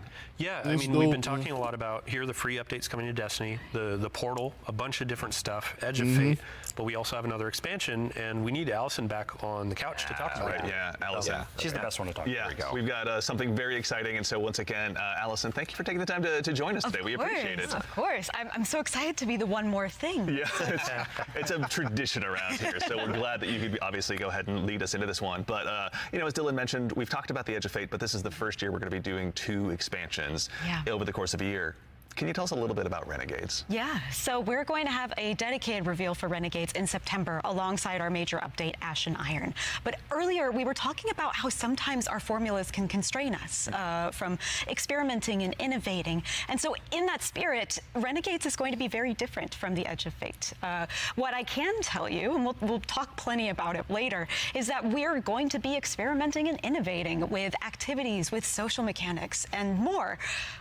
But more importantly, I want to talk about our inspiration. And so I have to kind of tee it up first. So Renegades is going to be a Destiny, definitively Destiny expansion. This is part of the Fate Saga, and it's going to push it forward in important ways and introduce characters that we're going to spend time with for years to come. It is an essential Fate Saga story. And it's an homage to a universe that has inspired Bungie from the start. Star Wars! It's a universe that all of us here on the couch grew up with, as well as everyone else at the studio, and millions of you back at home, too. Star Wars! It is a peanut butter and combination, peanut butter and chocolate combination inside playing with what me, we're making y'all. that could only be possible in the kind of world that we build here. And so Star I am Wars. absolutely thrilled to be able to give Star our Wars. first sneak peek at Destiny 2 Renegades. Star Wars, quit playing with me. I already know. Shout out to Puka. I know. Sif, quit playing with me. I know. I definitely know that. Man, give me a red lightsaber. Give me the damn, yo. Let's go. Oh, that shit hard. Over with. Gotta get it. Gotta get it. Over with. Yup, don't worry. I'll have that. Oh yeah, I have that. I don't even care, bro. I will have that. Robbie, what did we just Let's see? go. Yeah, so that's Let's Renegades, go. which is coming out. I'm hyped this now. Y'all got me December. hyped And like a bitch. To really drive it home here, Let's Renegades is a one-of-a-kind Destiny experience, Oh, right? And just like man. we on the Destiny team have taken inspiration from other genres like dark fantasy or cosmic horror, Renegades takes the space western vibe and aesthetic that is Star Wars, and it puts it through that man, Destiny it lens. undid it. And ultimately, it's created a new Fucking did lawless it. frontier that is emerging within Seoul. And so, like, we're so excited to show Renegades off a little bit today and to be talking about it more in the future in September alongside Oh my the God, free bro. major update with Ash and Iron. But right I should now have today, known by we're the like focused on cover Bride of the art Nine that it was Star and Wars what's type right around shit. the corner with the Edge of Fate. Absolutely. should No, have I heard a lot known of better. calendars get marked just now on September. Damn, but that shit hard. Super excited to share more of that in the future, but that actually leads us to the Yo, conclusion they gonna be a of better today's Star show, Wars than Star which, Wars? Again, we covered a lot. Come There's been a on, lot. gang. Yeah, this has been a big show. Yeah. Honestly, no. We, Is we went Destiny through a like lot of this. Let's the- go ahead the and quickly precursor to double check. Star We Wars? obviously went through and the Year of Prophecy. That'd be some Pardon me, is gonna shit. go ahead and kick off on July 15th, and this kicks off a brand new multi-year Fate saga Yo, and our new focus on yeah, the gotta core get it. hobby of Destiny. Sorry. The first expansion, the Sorry, Edge of Fate, just is gonna don't be charge launching me again on $80 for July that shit. 15th, I'm as I not noted, paying with $80. its raid launching on July 19th. Okay, But yo- hold up. Yeah. So you're going I through a lot gotta of get information. We that. already covered that. Oh, yeah. But like, you can't just sneak in a raid date. We have a new raid coming with the expansion, July 19th. We're going to have a bunch of blogs. We're going to have the rules, regulations, all that kind of stuff for our raid race. Of course. We invite everybody to come in, try to go for that world first title. And yeah, I mean, just stay tuned for more details. We're not going to spoil anything. It's a raid. We got to keep it secret. Yeah, But, absolutely. Yeah, everybody mark your calendars. Yeah, Bungie.net is the place to go ahead and learn more. And again, follow our social media channels. Do us all a favor. So in addition to that, again, as we noted, Ash and Iron, our first free major update will be stoked. I launching like on this September one. 9th. Renegades, I'm glad very I did exciting, this. will be launching in December. And I then started keep an to eye just again on our watch it social and not channels. stream We'll provide this. all the updates once Listen, they're available. I But like as far this. as today goes, the Edge of Fate and the entire Year of Prophecy pre-orders are available starting right now. Now, pre-ordering for starters, the Ultimate Edition will go ahead and unlock the New Land Beyond. New Land Beyond. Land. That exotic sniper. Ooh, I Sorry. can't wait, man. I can't wait, same, honestly. That'll be unlockable in addition to several other goodies. And also, we've also got a collector's edition that'll be get that available. right away? You can see here on screen, it will be coming with an awful lot of very cool stuff, including this cool statue that's that you may have beautiful, noticed yo. here that's been sitting with us on stage. This is one that you can go ahead and add to your collection as well, but Oh, that's man. not all that's in there. Is there, Allison? We got the writing team got a little excited on this one. We put a lot of lore goodies into this collector's edition. So like that weird metal thing, that weird envelope, boy, weird. Wonder what's up with that. Just decorative You should points? probably read it. Yeah. Anyway, we're gonna do a dramatic reading as soon as Yeah, we're we should go done. downstairs immediately after. It's really Oh, yeah, right after this. Count me in. And then again, too, as far as today goes, Rite of the Nine. This is the essential prologue to the Edge of Fate, and like all of our events moving forward, it's going to be a free to all players. So make sure and go ahead and check that out when that arrives. Oh, And man, they before done the did show it, man. wraps up, make I sure to ain't stick gonna lie. around for a little bit longer. We're going to be rating our good friend Sammy Cat as well. So go ahead and give her a follow. Tell her we said hello in Shout chat. out to her, but Pardon I me. ain't If you sticking have around any for that. Twitch Prime subs or anything like that, go ahead and do us Shout a out favor. to her, though. Drop it over there and We check out her stream. gotta She's play gonna be this having a good game, bro. time. But We that gotta play this concludes it game. for us here today. So for starters, huge thanks to my teammates here for joining me. Thank you, Andy. Thanks for having us. Absolutely, yeah. Robbie, Allison, Dylan, of course. There we go. We got Ben, and of course. Yo, I must say,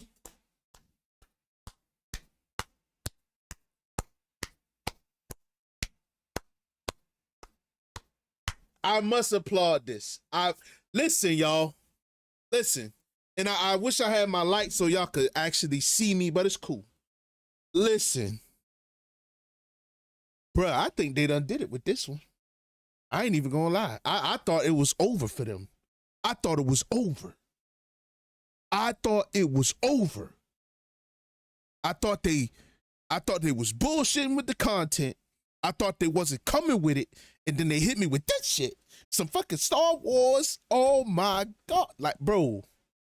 Oh, the only thing I kind of like I'm kind of like, whoa, wait a minute on is the whole seem like Metroid ball moving around type shit. I think it's like they trying to make it somewhat like Metroid. I don't know if I like that too much, because if I'm gonna do that, I might as well just play Metroid. But all in all, overall, this is a wonderful update.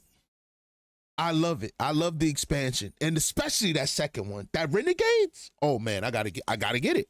I'm sorry.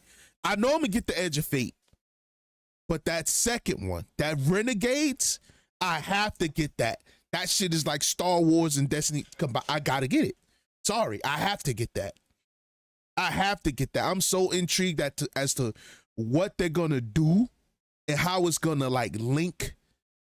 I just wish like at the end of the whole saga shit that it links to that's how the dark side and that would be so, oh man, listen, that would be so fucking cool if you find out Destiny, the 9 starts off the Destiny universe and the Destiny universe starts off Star Wars. That'd be some crazy shit, right? But all right, we got that. I'll be right back on Destiny 2 to start Rites of the 9. Let's get it.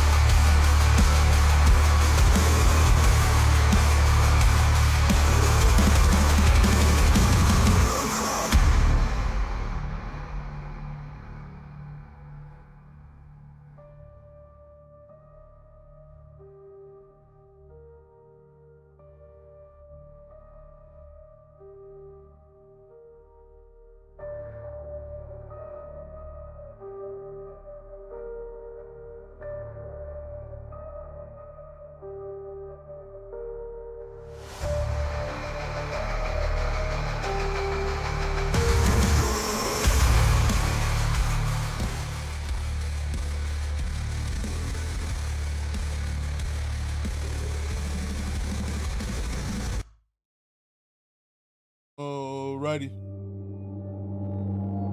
All right, we back. I'm gonna chill and eat a little bit, but we're gonna see what's going on. We're gonna get started.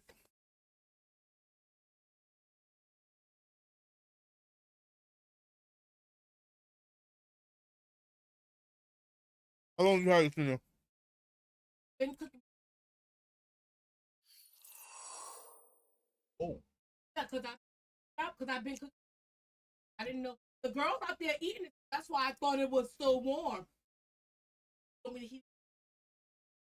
Oh.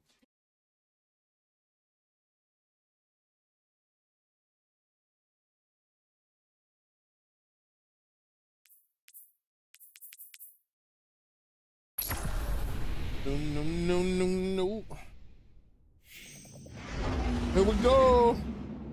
Okay, the 9 have issued a challenge to all Guardians. Answer the call.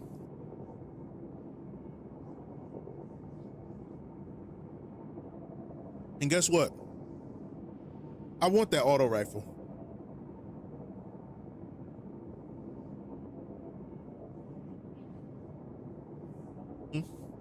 And I get a new shader for it too. So it looks like your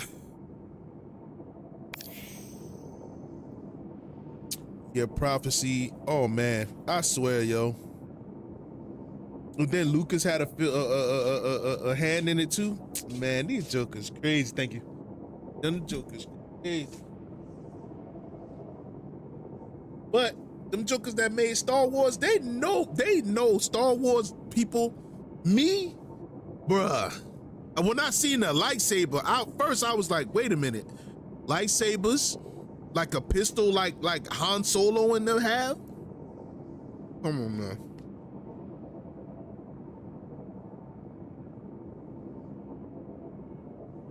They're gonna out Star Wars the Star Wars. So no wonder they was bringing those like pieces to the game, like the Darth Vader helmet and the, you know what I'm saying, Dark Side Legend. Man, that's crazy. That's crazy, man. Damn, she really made it hard. Talking about the chicken, not the whole.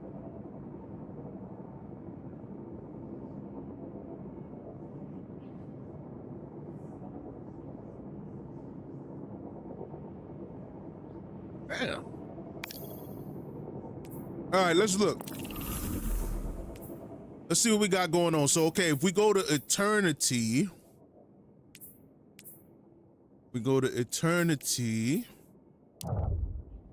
Oh, I see. Okay, so right at a 9. The right of the 9. So if I hit, let's just go in. Let's see what's up. Let's just look. Let's go.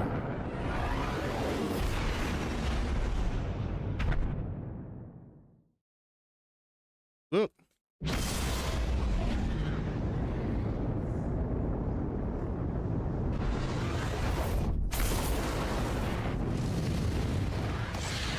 Turn the audio back on. Kind of important.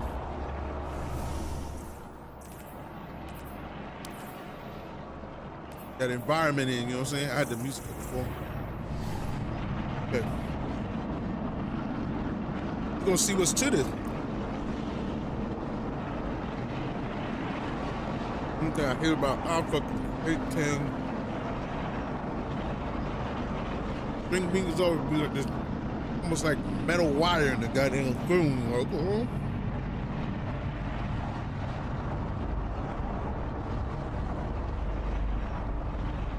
and that bitch still cool.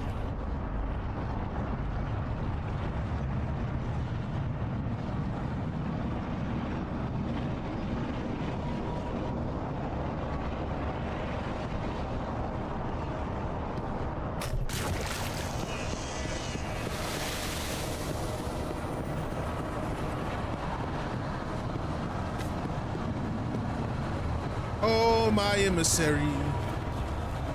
What do you have for Gallos? What do you have for me? Oh, the Curios of the 9? I hope that's what it is. You know, already give me a weapon?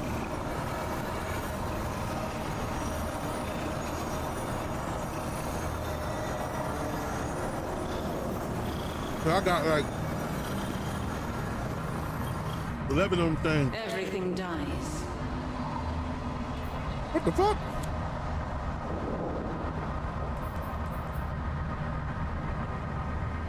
SKYGRAVE.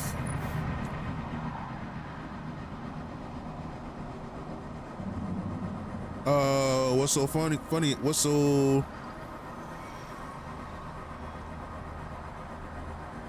It's in white?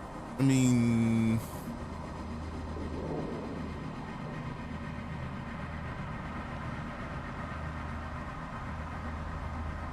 I don't see what's so special about it. Thundering Ritual. I'm gonna get that easy. Real easy. Donary Manifold plus 35.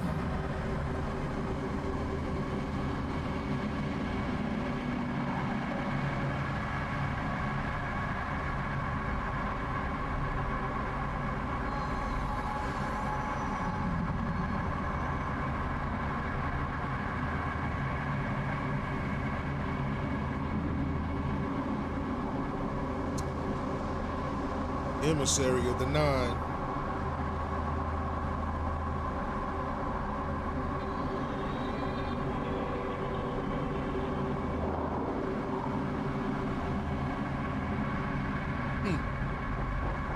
Yours.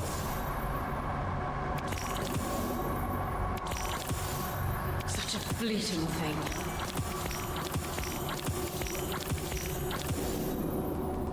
Yes.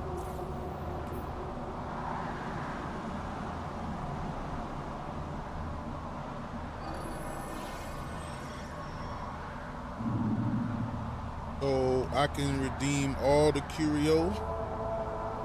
But what if I could use the curio for something else?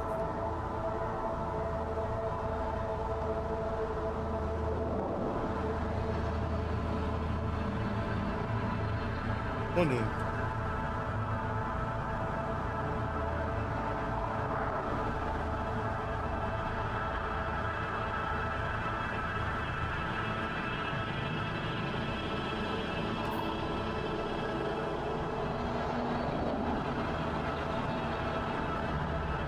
Why would I use my manifold for that? No. Be relentless. I got 1,500 of them. Why would I do that? Hell no.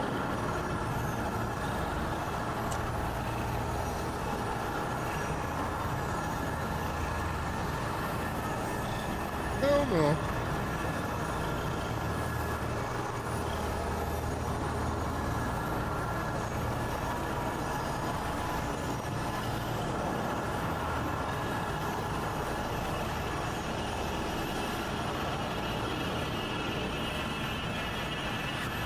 Controller, floaty ass controller.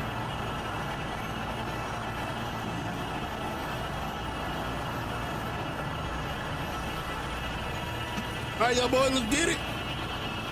We can probably solo all this shit. See how that little weak ass difficulty is. Let's see how weak ass it really is. I don't want to tune that. What's the other one? Ooh, sudden death. I can attune that shit. Did I even have that gun? Terminus? Hell no. Liminal Vigil?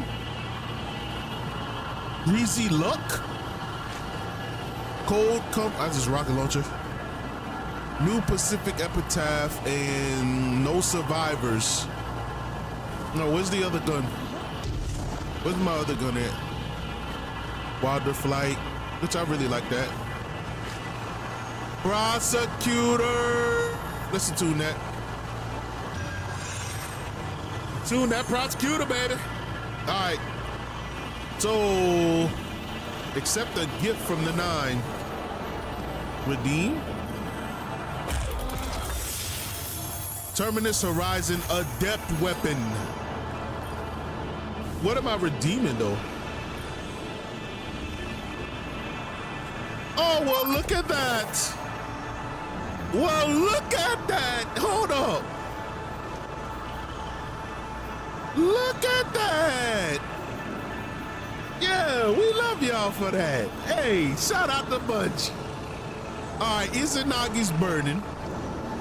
2020. Yo, really? I could use that gun. Give me that shit. Give me that shit, gang. Give me that shit.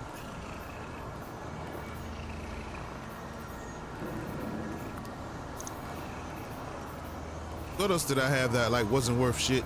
Let's put it on the put the other thing on the necrotic grip. Wait, what's that 2019 one right there? Boom. Put it on the necrotics.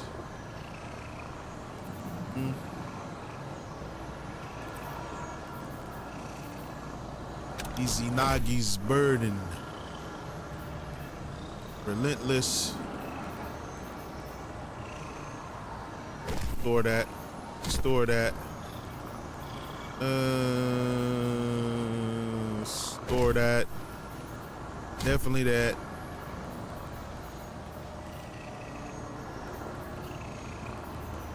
And that. I only want like hefty weapons and shit. Store that. I love that gun.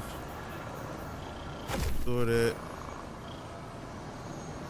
And delete that.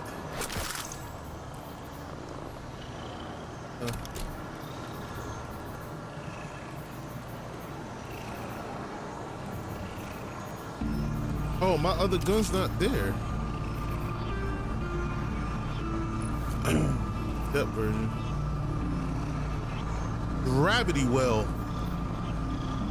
Reloading this weapon automatically gathers nearby ammo. That's crazy work, man. Okay, let's see what else we can get. You know what I'm saying? Golden tricorn. That might work. I ain't gonna lie.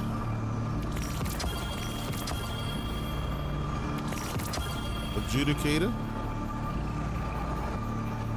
Coda armor. 60, 60. All that's intellect. 1, 2, 3, 4. Oh, that'll be banging.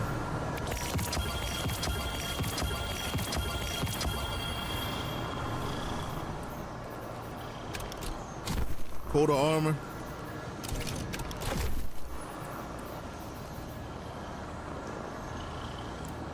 Lock it, then send it. Wait, where's the Coda armor for the boots? Did it go to the down? Judgment. That's artifice.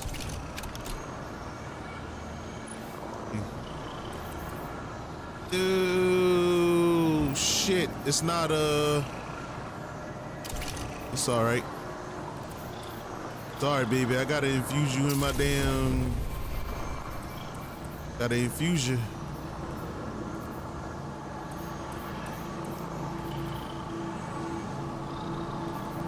Might do that here too. Wait, where's the helmet at? That's cool.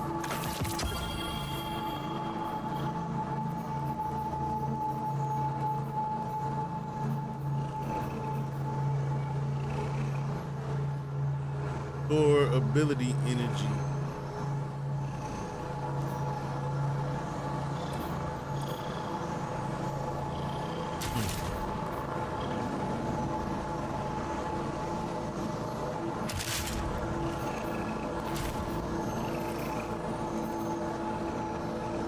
I'm gonna equip that.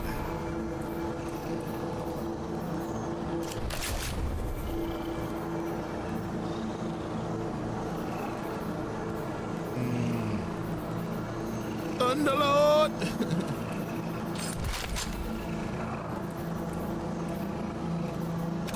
I'm gonna lie, they're making me so happy with this shit right now. I ain't even gonna lie. It's making me want to play more Destiny. More, need more. All right, let me see. Advisor. I hate to do that, but I'm gonna do it. I hate to do it, but I'm gonna do it. Hate to do it, but I'm going to do it. Rewind rounds. And I'm gonna go and get my my baby, gonna get my gun, you know what I'm saying? Fine, George. Where's my gun?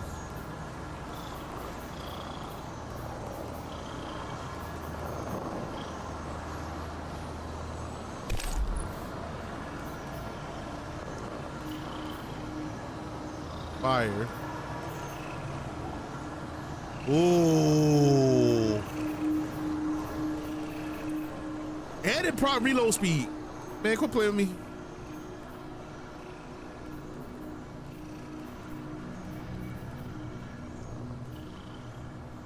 And I get orb of power. I might take that one. Don't need strategists. Onslaught, eddy current.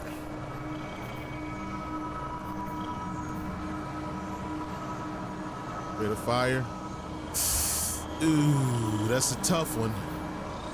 That's a toughie. That's a toughie. I need something with, I need that shit with jolt and feedback. No, ain't no lie.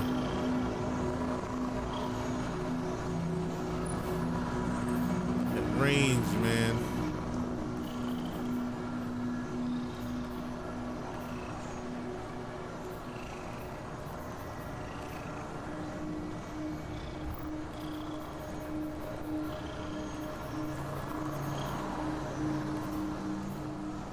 That got volt shot. That don't have jolting. Desperate measures. All right. Fuck it. Let's use to the pain. Let's see. Aim assist.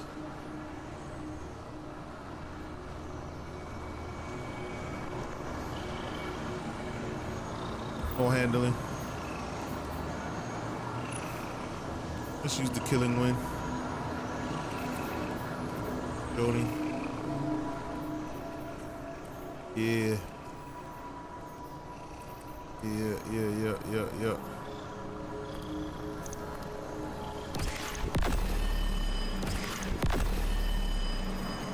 I gotta get rid of some weapons, game.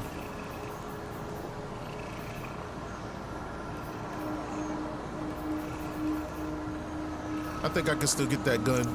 I don't know if it's gonna come with that though. Let me get rid of some of these guns I don't use. Get rid of that.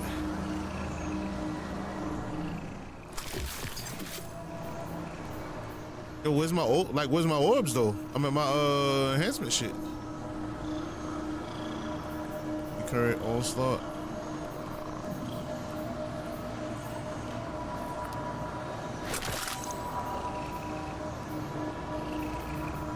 Strategist.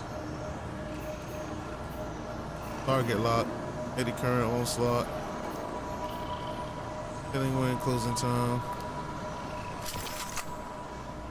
Mission orbs onslaught. That's the one I want. Okay, jolting feedback, killing wind.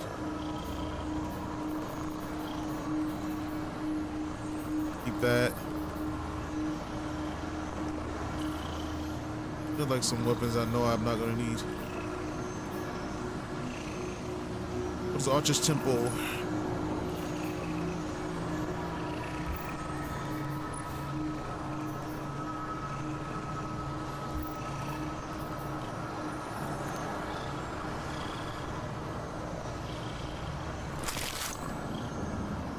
No fucking way. No fucking way they ain't give me no orbs for that. I mean, no,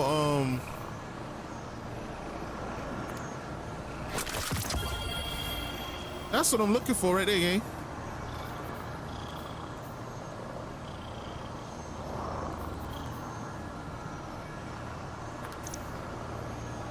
Look at this joint.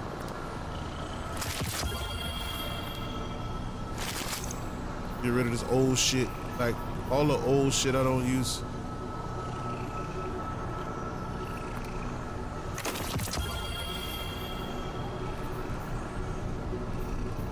Eight.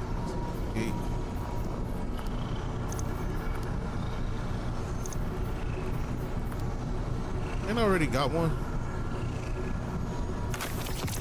I already got one. Yeah, I already got one.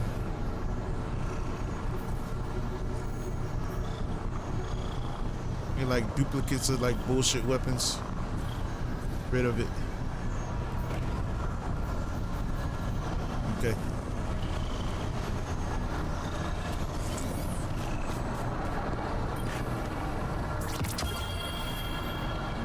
Oh wait. Hey gang.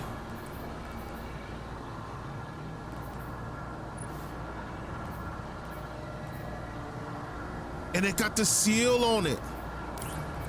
Yo.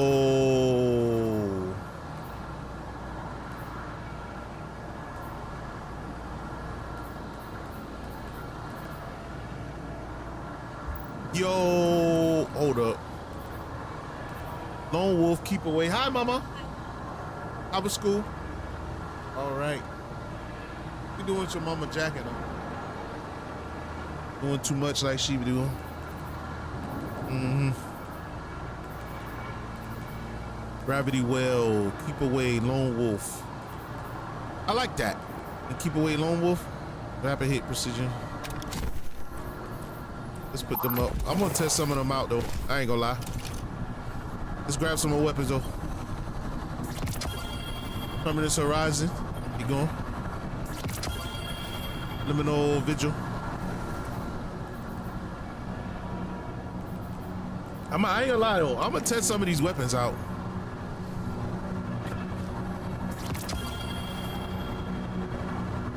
Oh, okay, requires 250 non-re manifolds. Okay.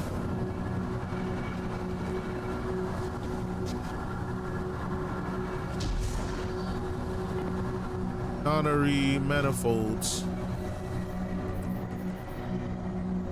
Dual loader, keep away. Fuck that. All right, so we're gonna use the prosecutor. I'm gonna see what's to this, then I'm gonna switch back out. What else we got? Not chain of command, I don't want that. Let's check Terminus Horizon. Shit is a depth weapon.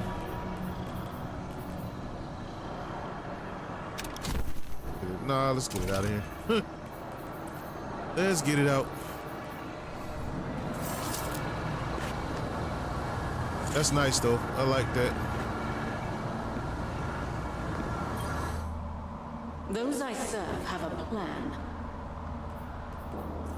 Yeah, noticed.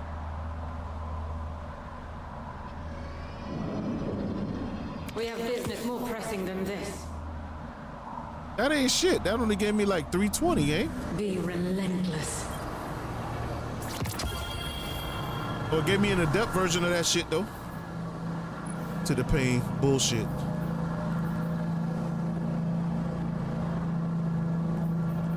To the pain. And light action. Nah, gang. Get rid of that shit. I'd rather Desperado.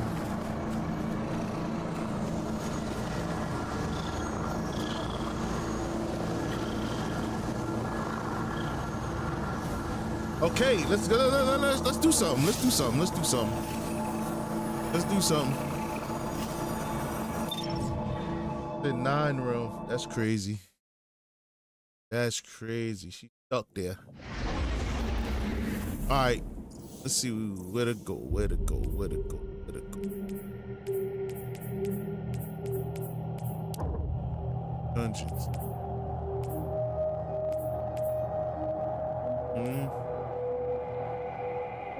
Fire the Watcher. Or how do I like do those though? You know what I mean? Or do I just go to the... Do I just go to it?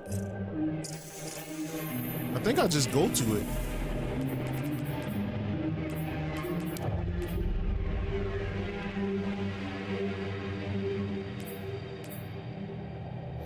Let me see what's to this new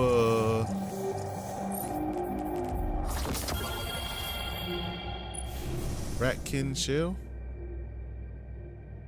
That's nasty. Like a rat head. Disgusting.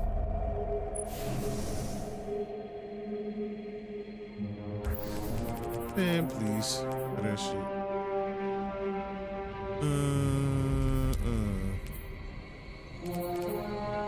Strider's Pinion.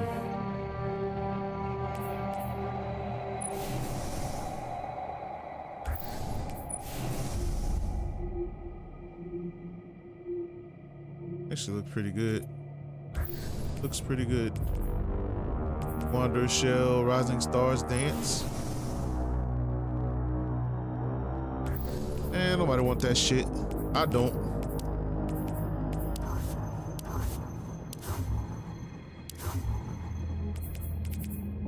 They played me on this one. Bunch of bullshit for this new shit. Come on, game. Yeah, nah. All right, let's see some. Where's prophecy? See, it don't like show it like that. Like it doesn't show me how to activate that shit.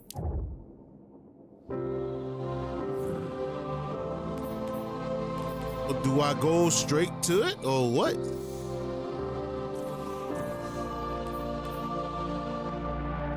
What do I do? That's the kind of shit I be hating. So Rite of the Nine activity, let's go back then. It gotta be there. Does it say the Rite of the Nine?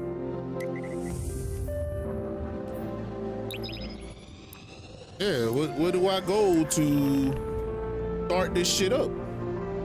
Do I go here?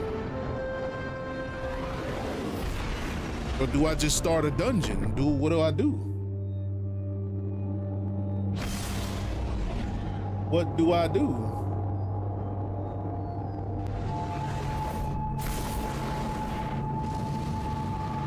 All right, we'll figure it out. We always do.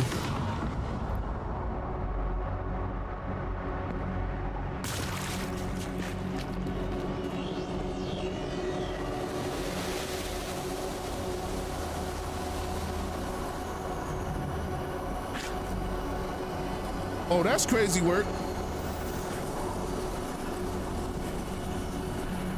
They probably right there, the sands.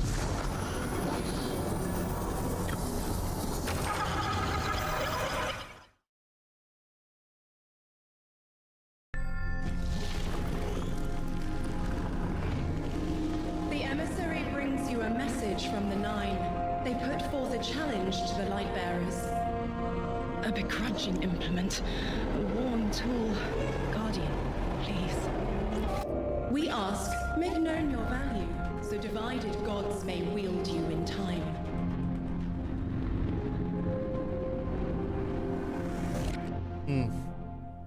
Oh yeah? That's the message, huh?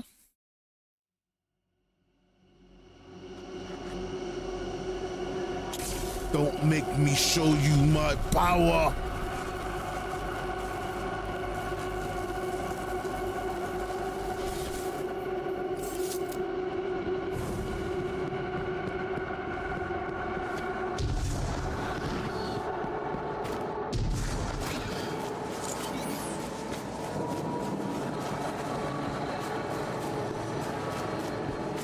Wait, do I go up there?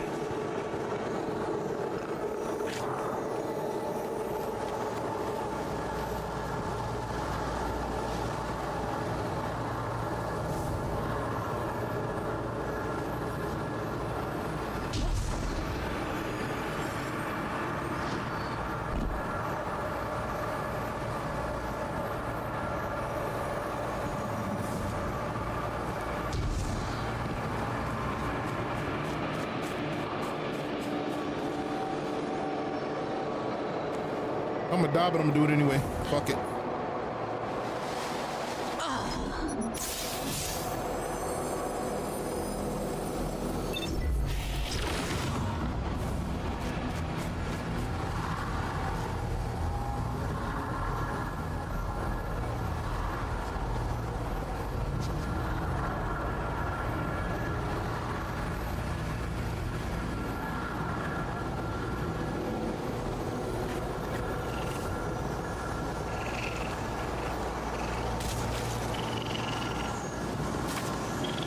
What the hell is damn cat doing there?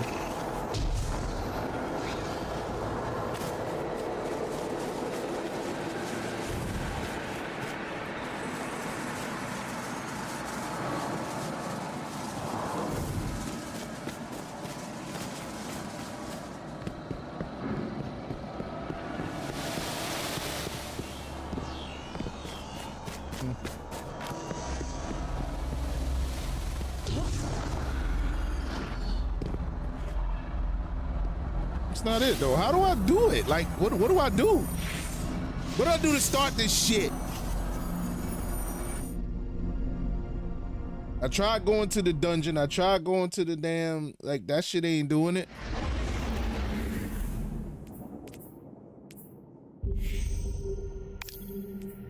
They got to be better about like showing us how to get to the shit. Like, show us how to get to it instead of just fucking.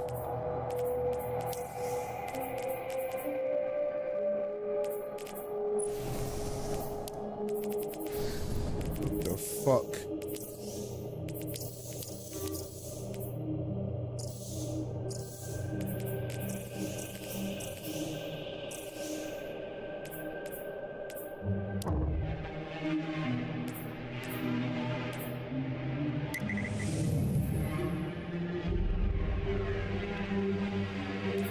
See, that's not it. That can't be it. That can't be it, because you can pick what difficulty you want to do.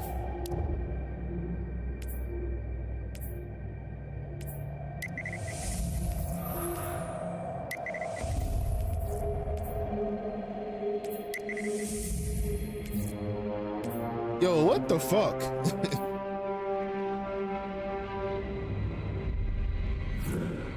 Let me see something. Is it Vanguard? No. Is it fucking Legends? It don't show none of that shit. It does not like show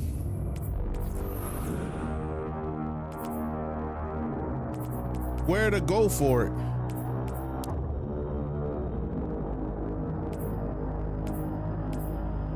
That ain't it. That ain't it. That ain't it. That's the new dungeon, the Sunless Cell. That's the helm. That's the executable. That's the nether. Quarter blades.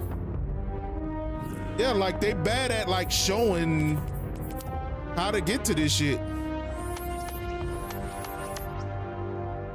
Me, I'm lost. I don't. How do I start it? How do I start that? Do I just do a dungeon? It doesn't even say. So now my ass gotta go look it up because they don't fucking. That's the shit I hate about Bungie, y'all. They don't be showing like how to start Rites of the Nine.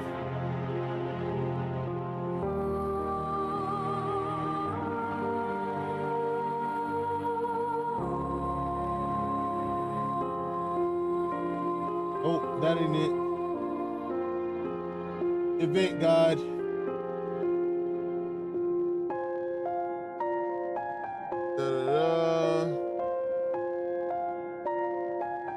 Okay, prophecy. So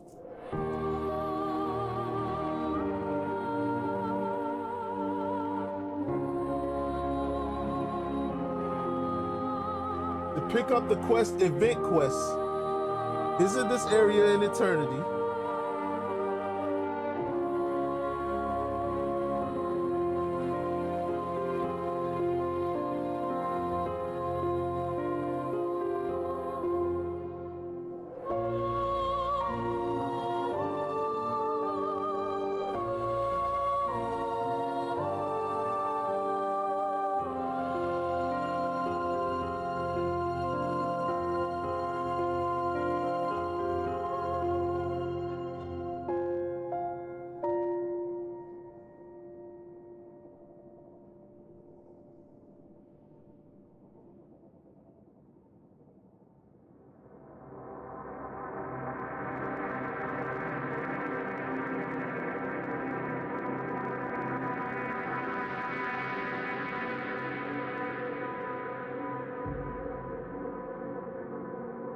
itself.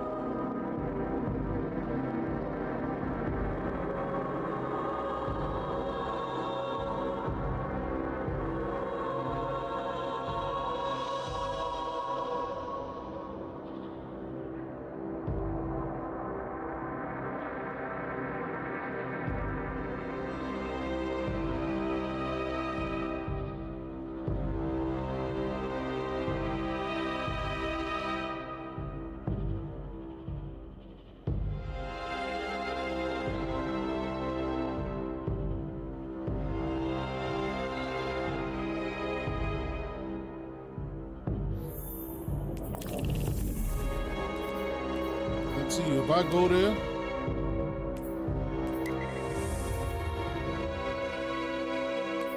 it don't let me do shit. It just got standard on the bitch. That's what got me pissed. So, okay, I hit this. I go here. I hit the right of the 9.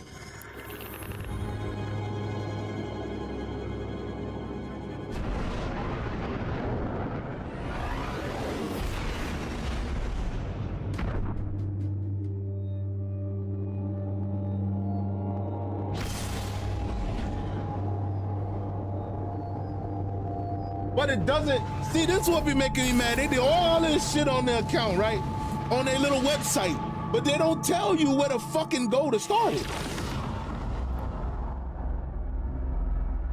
know what I'm saying? It's dumb as hell. They don't show me where to go to start it.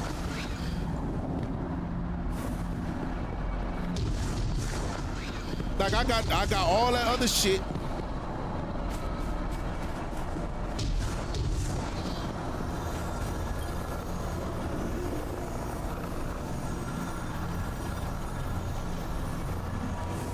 Let me see some. Those I serve have a plan. All right, maybe it's this. Let's go for this. Please tell me it's this. Spire the Watcher. Long arm.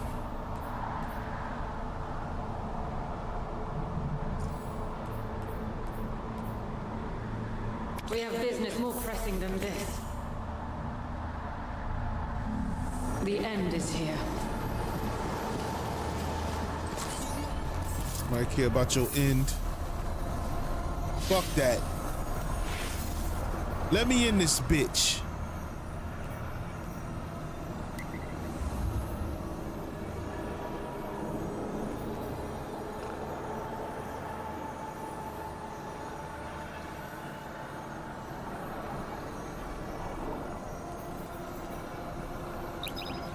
I don't care.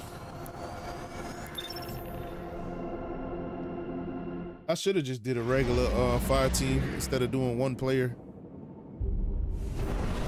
But I want to see what they're talking about anyway, so we'll do it.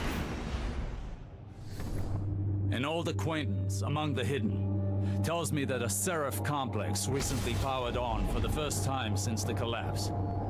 Shortly thereafter, Vex incursions were reported. Anna flagged the site as a potential pillory bunker. If the Vex gain access to its systems, they'll use it to wrest Rasputin's submine data away from us. It would be catastrophic.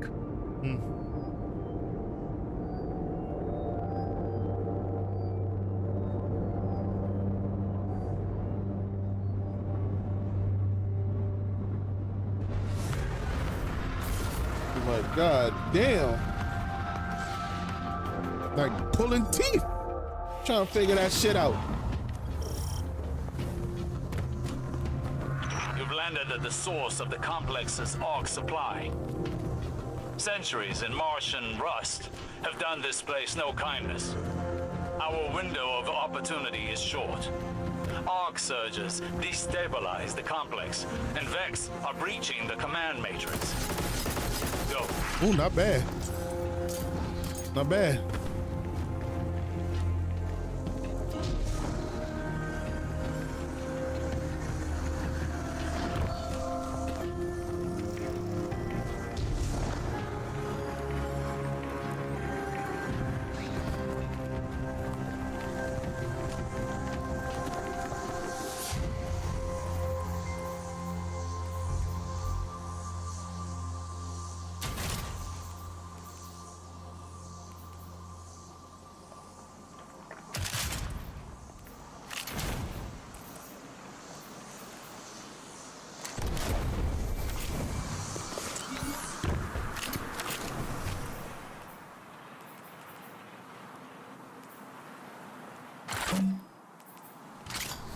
Let's do it.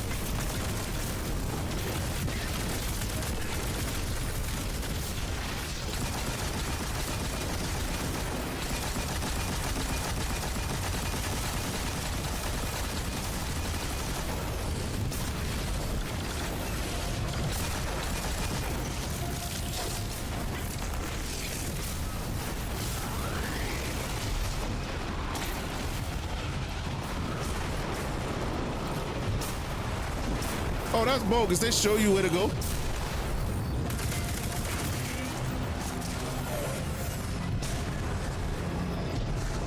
Oh, that's corny game.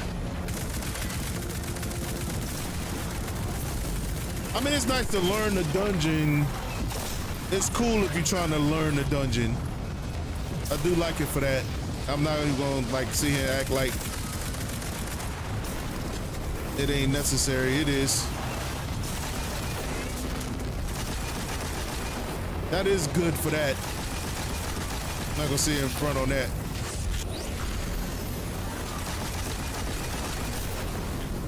Destroy that ass.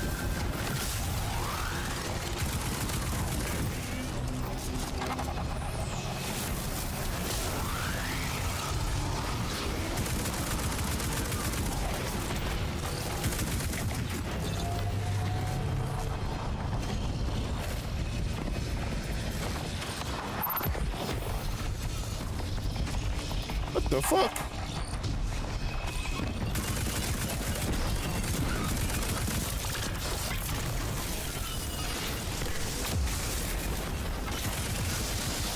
Oh yeah, ain't gonna make it on that.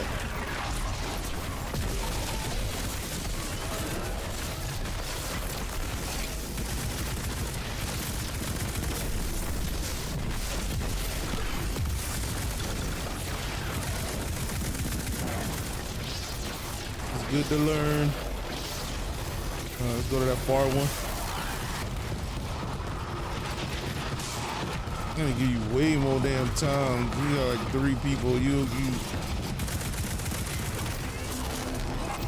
That's cool if you're trying to play by yourself, though. I give them that. I will give them that. I'm gonna play it like real quick. Wait, what's the other one?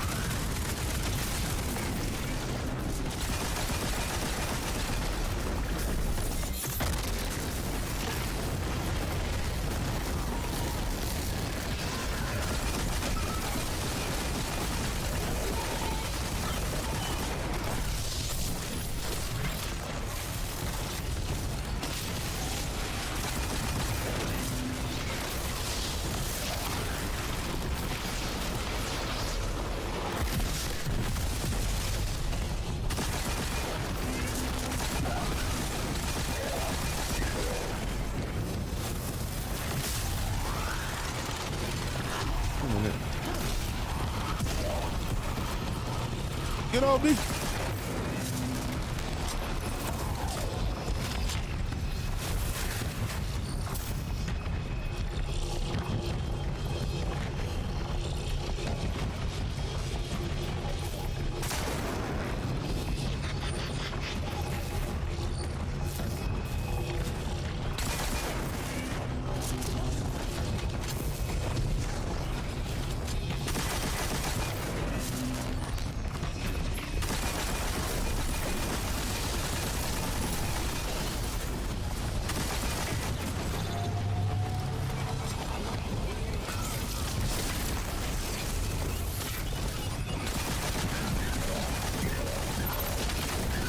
Light that ass up, quit playing me.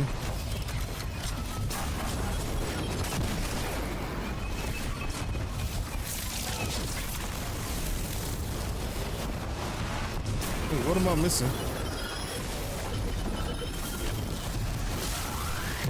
This work, playing with me.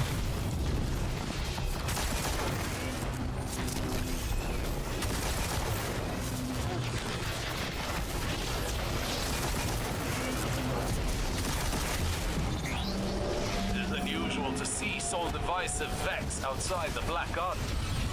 They're a fanatical sect of programming devoted to the darkness, or rather the witness.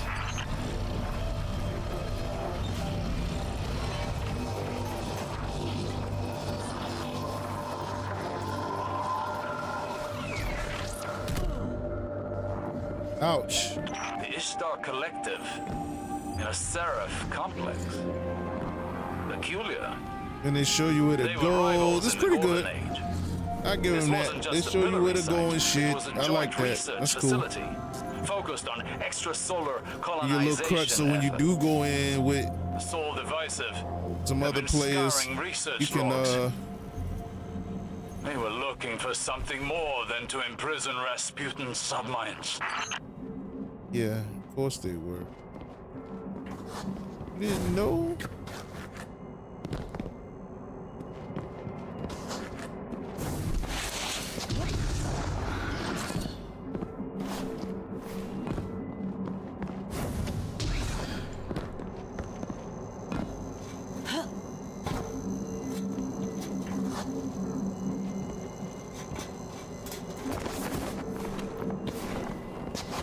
Fuck.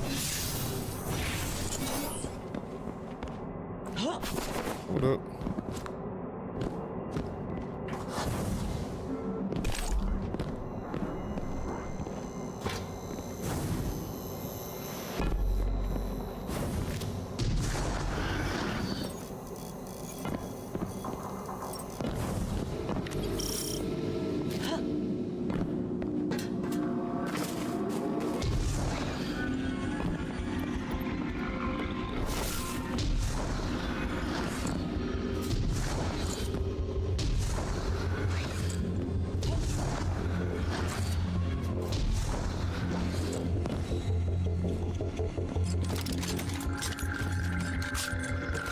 Look at that motherfucker.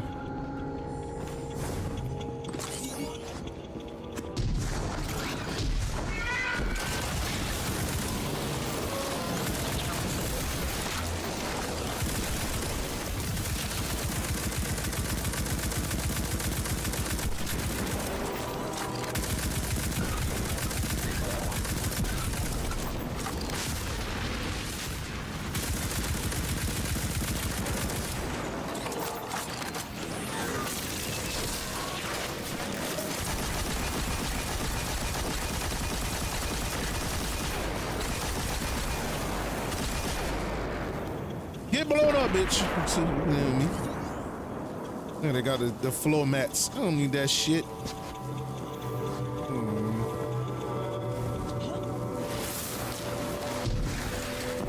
They got floor mats in case you get scared. Look at this shit.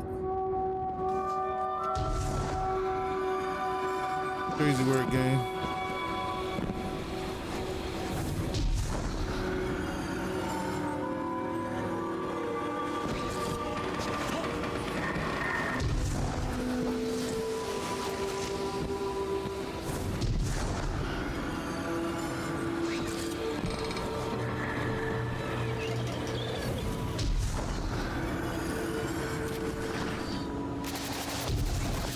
Ugh.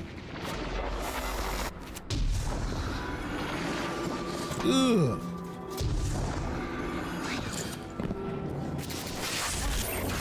Fuck out of here.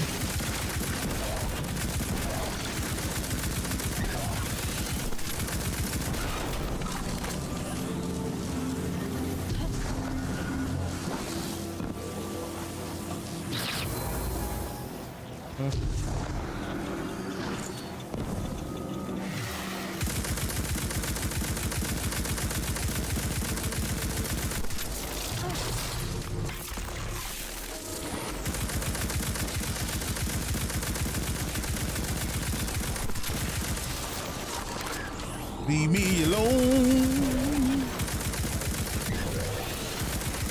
Alone.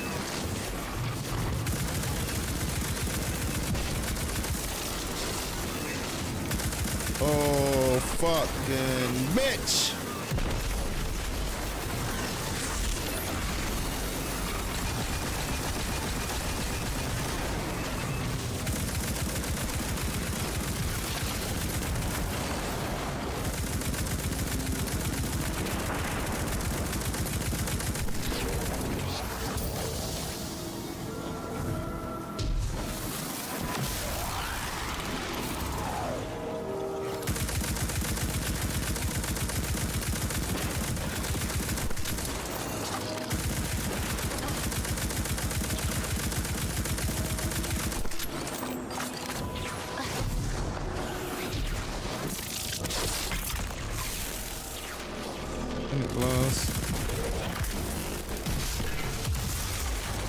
Full charge with a hell of a hit on you, boy.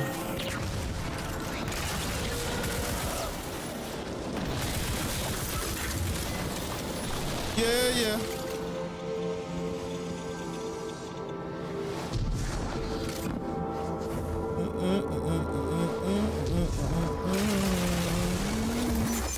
You're dead. You're dead too, you're dead too, you're dead too, and you.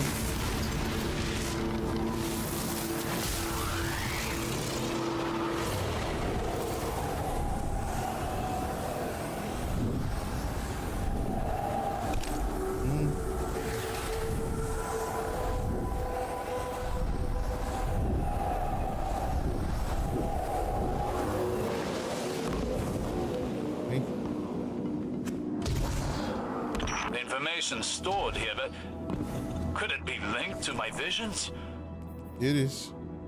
Why else would the witness be interested in these files?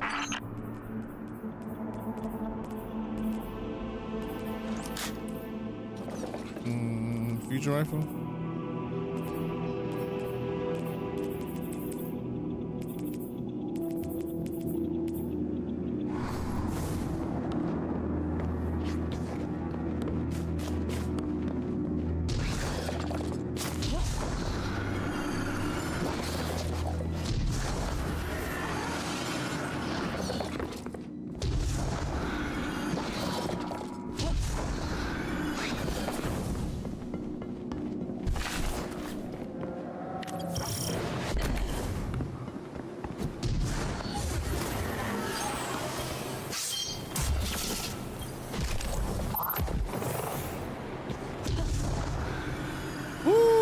Almost died. Almost jumped too far.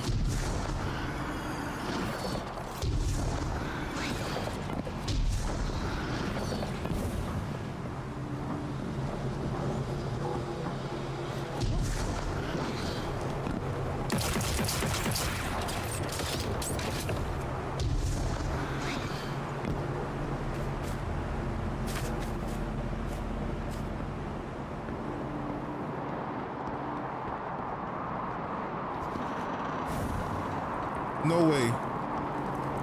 No way they just let me up. Kidding?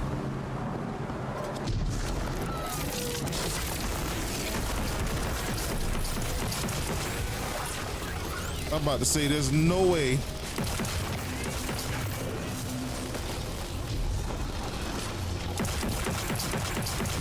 Oh shit! Oh, I'm fucking dead, gang. Already.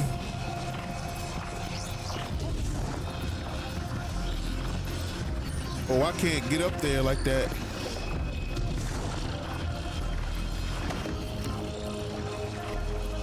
Can I make that?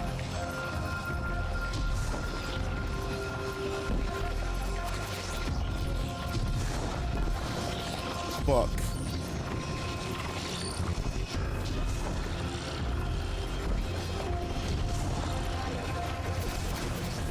Come on, gang.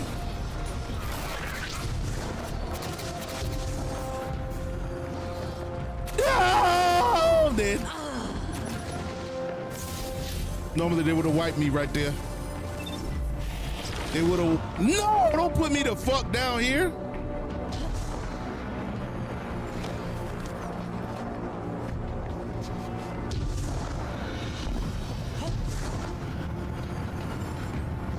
Oh, Jesus.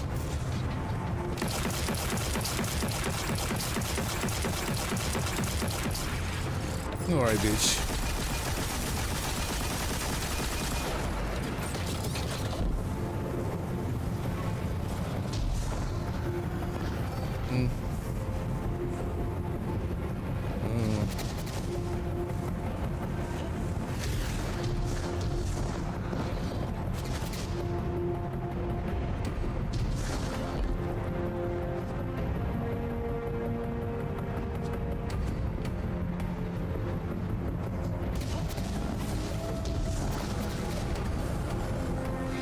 Oh, fuck you!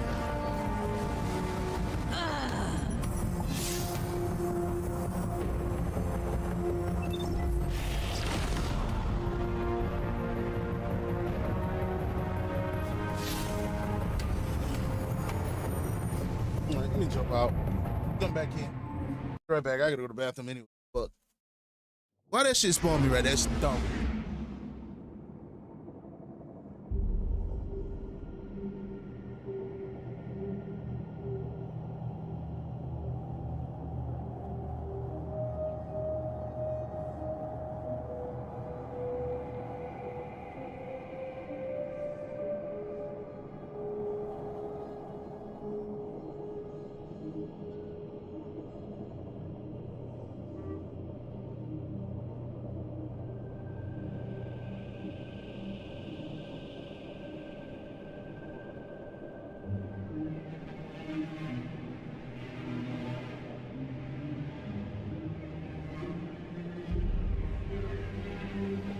All right, I ain't gonna lie to y'all. I might go the old-fashioned way because I could beat that shit with two people.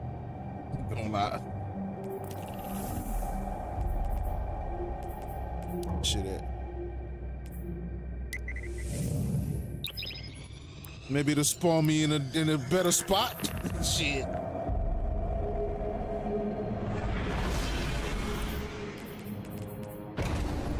An old acquaintance among the hidden tells me that a Seraph complex recently powered on for the first time since the collapse. Shortly thereafter, Vex incursions were reported. Anna flagged the site as a potential pillory bunker. If the Vex gain access to its systems, they'll use it to wrest Rasputin's submine data away from us. It would be catastrophic.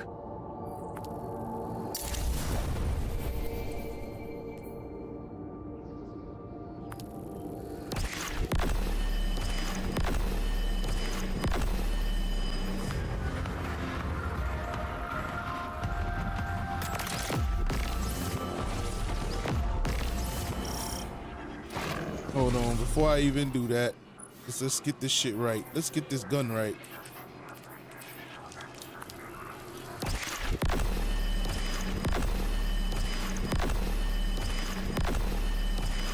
No! I need more. Get rid of that.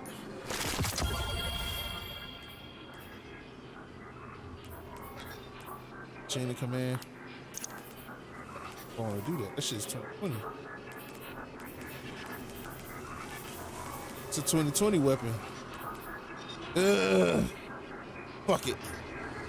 Give me a. Need it for my gun. All right. 17. One more. I want to see how this shit rocking with that killing wind all the way up and that damn jolting all the way up. Let's see if it like really make me like how I want it. Feel about this side of it.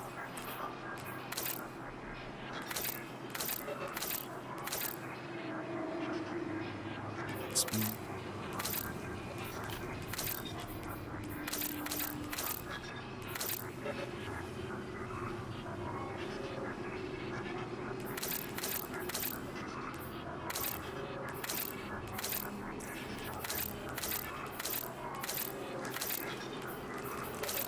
Half of that shit ain't even gonna let me fly with that.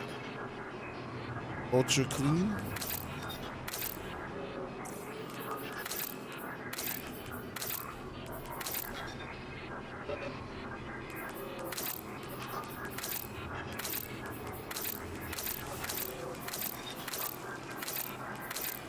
Lighting colors. I'm gonna go there.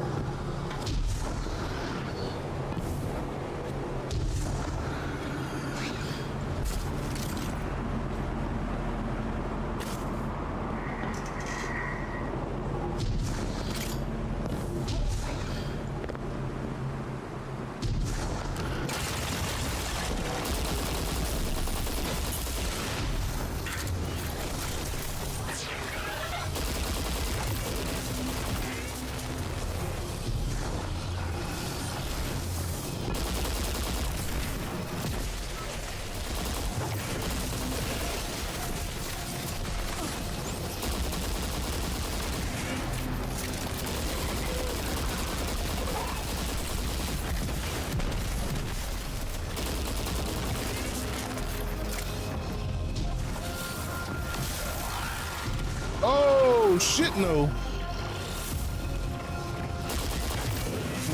Jump all the way through that shit.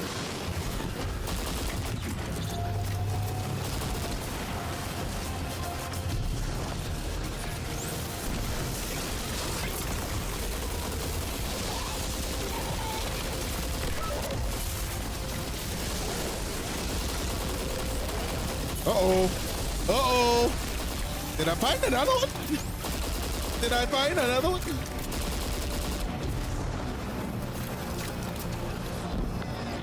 Seven. Yeah.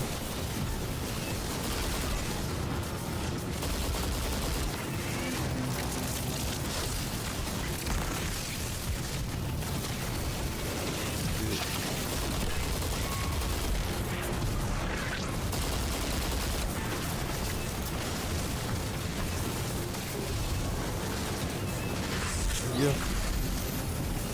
Yeah.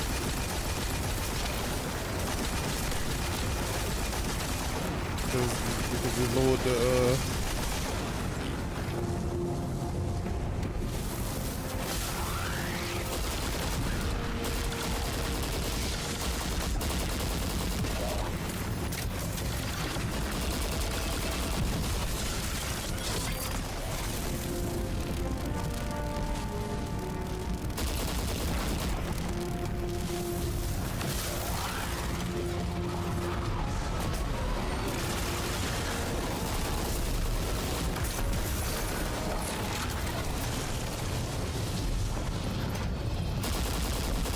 Oh shit! Son of a bitch.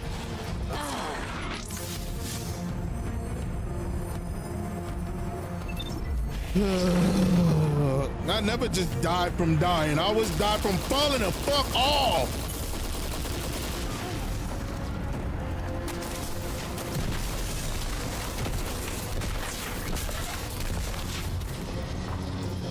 Dumbass shit.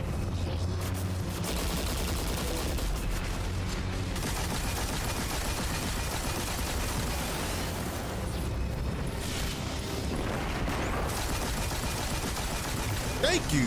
Tired of that shit. Jesus.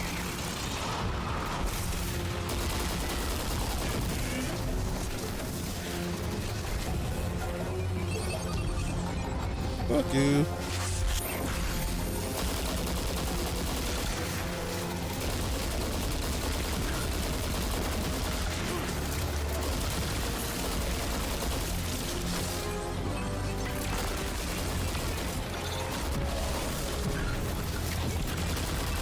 Fucking supplicant, get the fuck on there.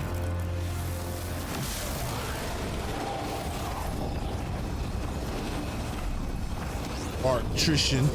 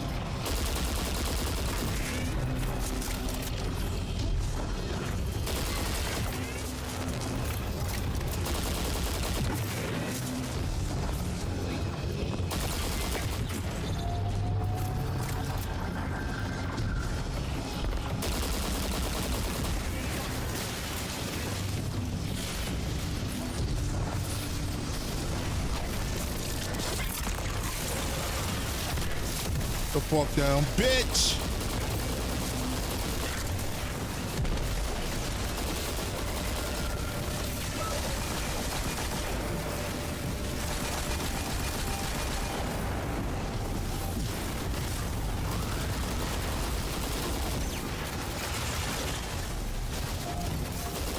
Oh, goddammit.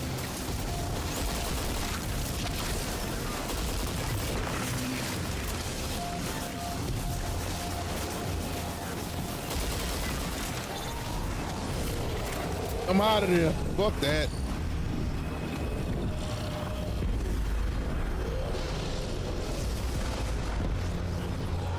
Oh, shit.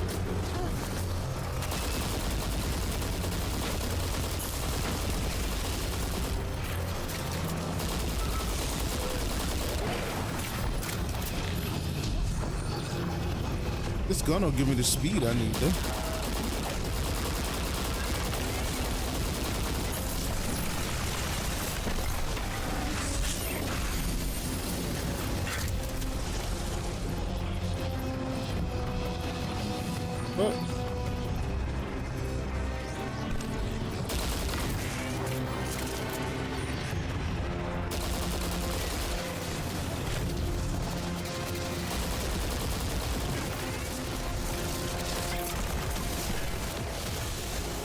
Motherfucker.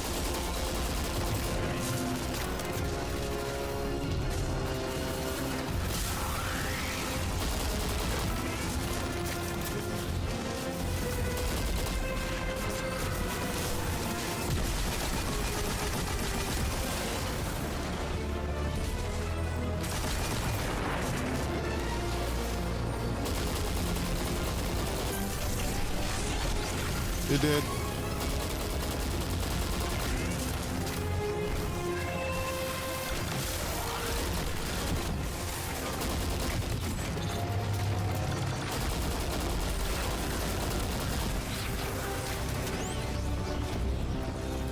Show me.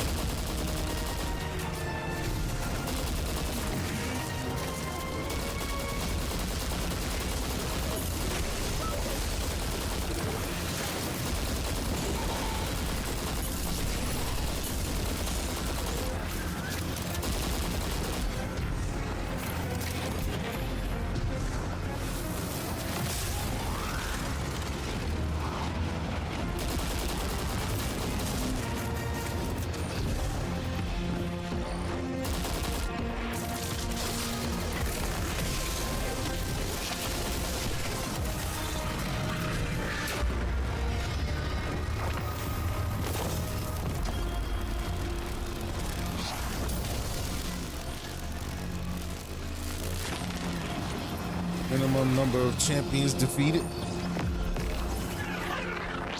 Say what?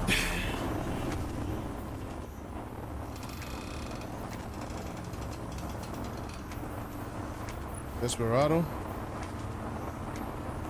I don't care for that. That kill clip is nice though.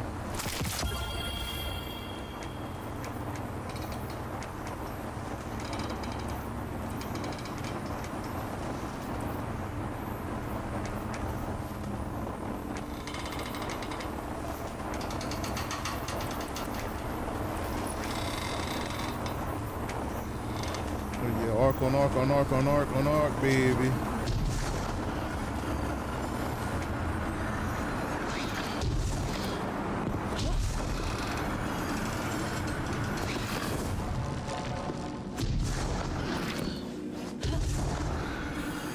Wait till they feature Vesper's host. Ooh, Lord, I'm gonna run through that. Using the tower's arrays to connect with installations across I'm Sol. gonna run through that shit. This must be in preparation to imprison the sublight. Breaking their connection could end this threat. Turn that shit up, man.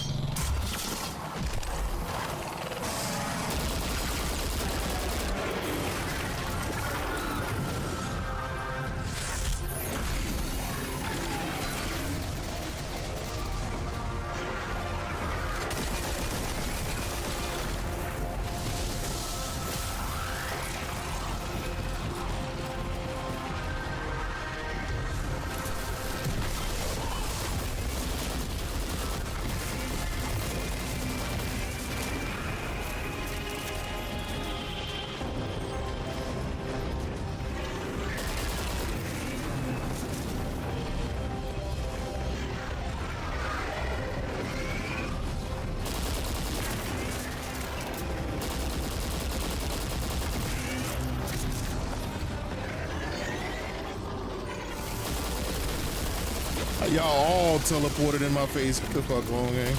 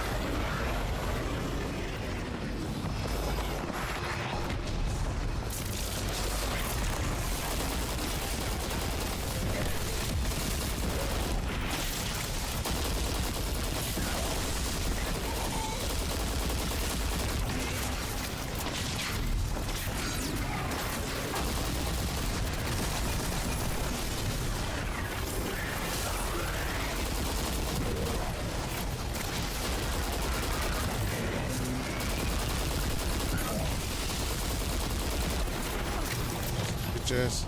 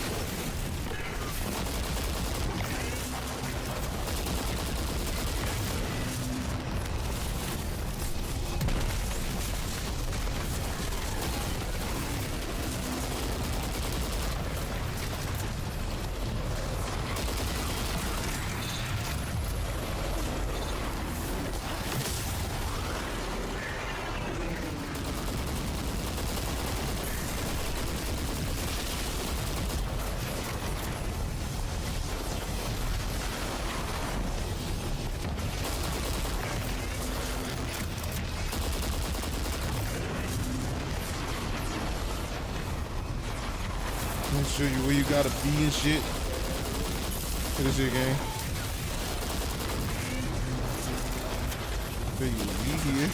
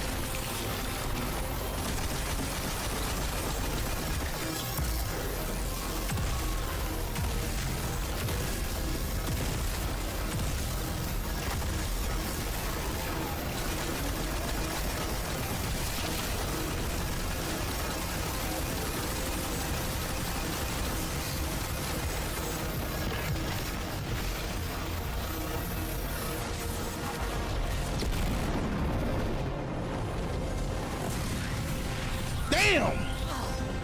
Killed my ass, that shit would have been over. If it wasn't explorer mode, it would have been over, and I would have been pissed.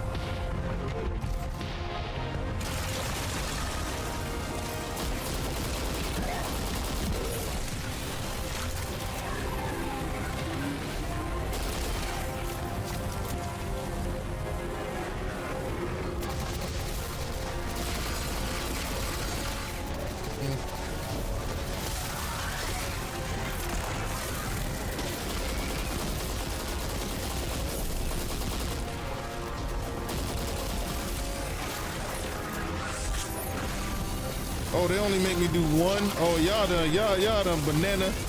Y'all done. Man, they're supposed to do all 4 of them bitches. Yeah, they put that bitch in easy mode. I see that. Yeah, that's straight easy mode. I only gotta do 1 circuit? Yeah, y'all fucking the game up with that, gang.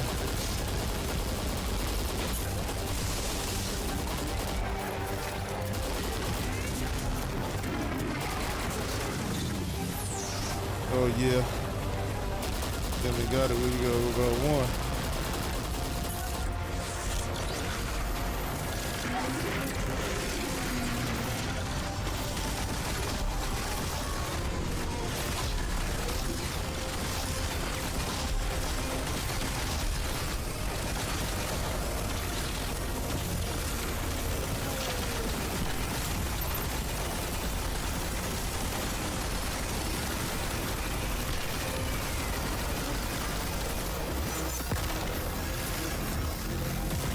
That shit would have been pushing me back.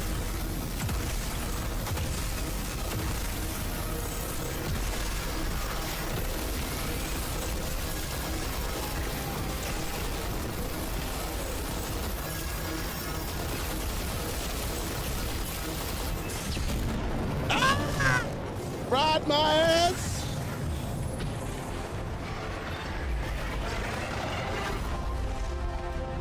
That's cool though. They give you a chance to like learn the shit. It's a good addition. I give it to them. They give you a chance to learn it. But I know when you do the regular shit, that bitch is 4 arc fusion rods. 4 of them. Ain't no hand holding on that bitch.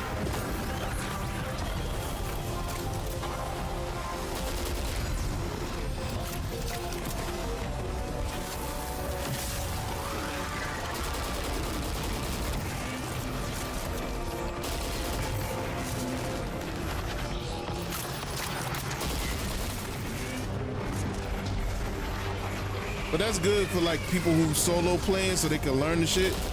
I like it. I like it for that.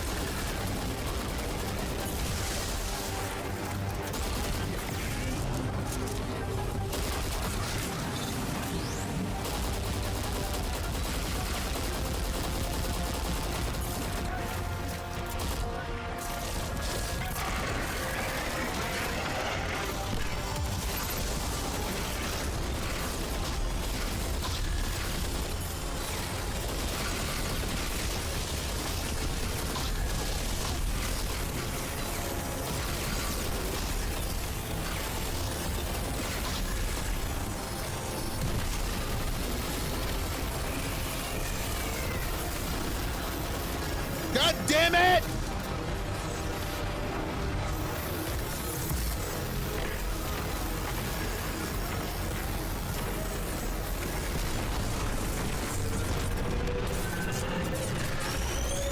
Core breaks, and so does their hold over the security systems.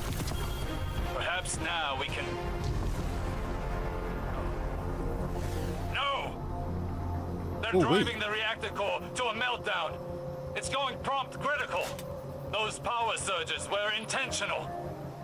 Get to the reactor, lest we lose everything.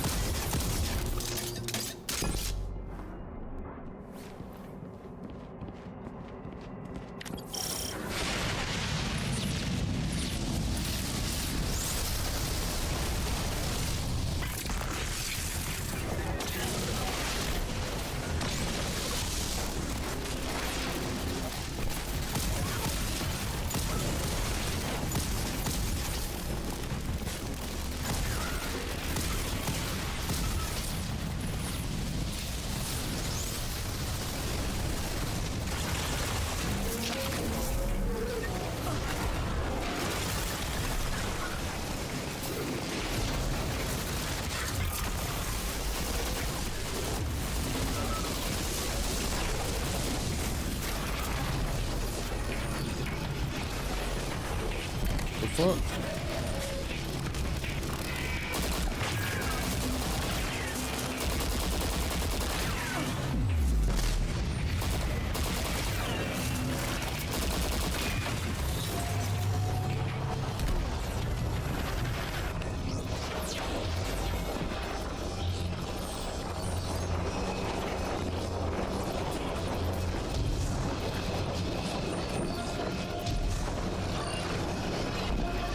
Ooh, shit.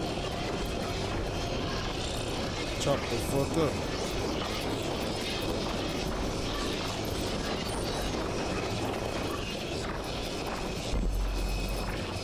Guardian, what we've seen here proves my visions have merit. We must secure the complex to convince Ikora. Trust is a frail thing. Much as our mission, if this can restore her faith in me, I need this.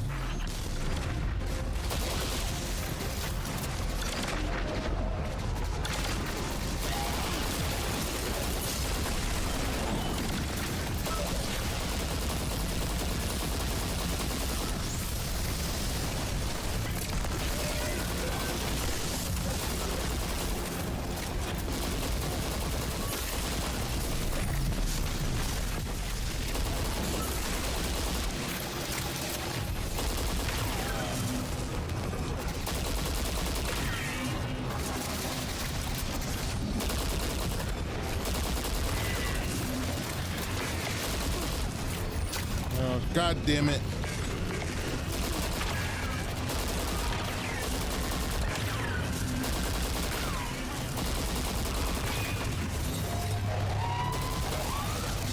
Bitch. Okay, as long as it kill y'all. Dumbasses. As long as it kill y'all. Don't matter to me.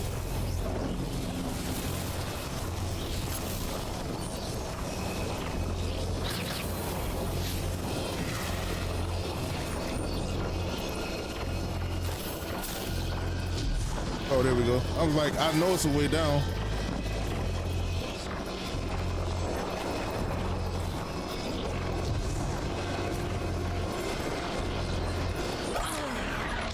Chop me the fuck up, huh?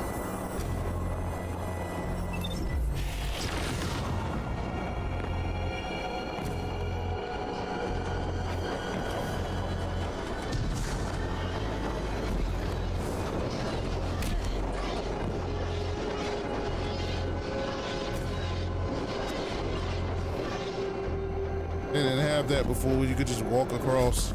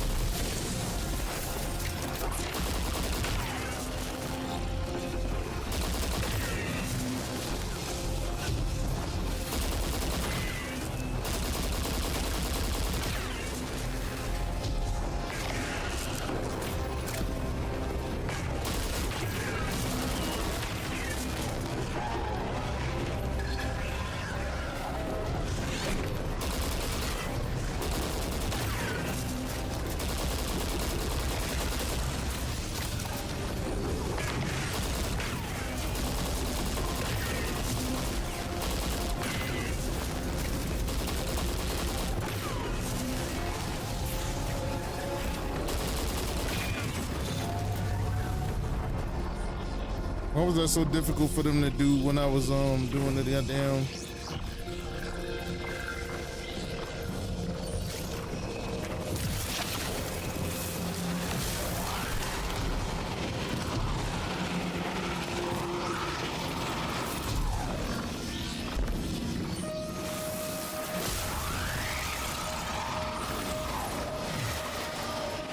Avex's mind directs power to the reactor. Kill it, and the complex should stabilize.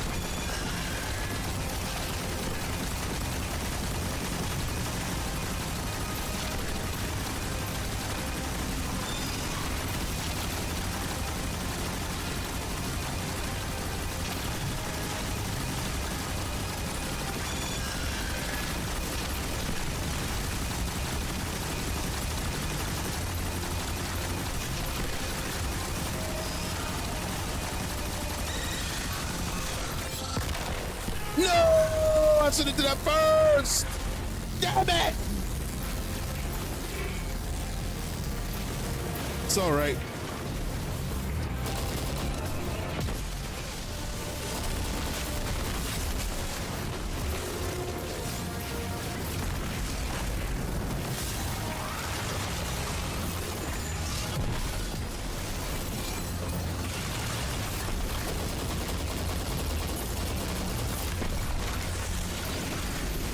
Ooh, hot, goddammit.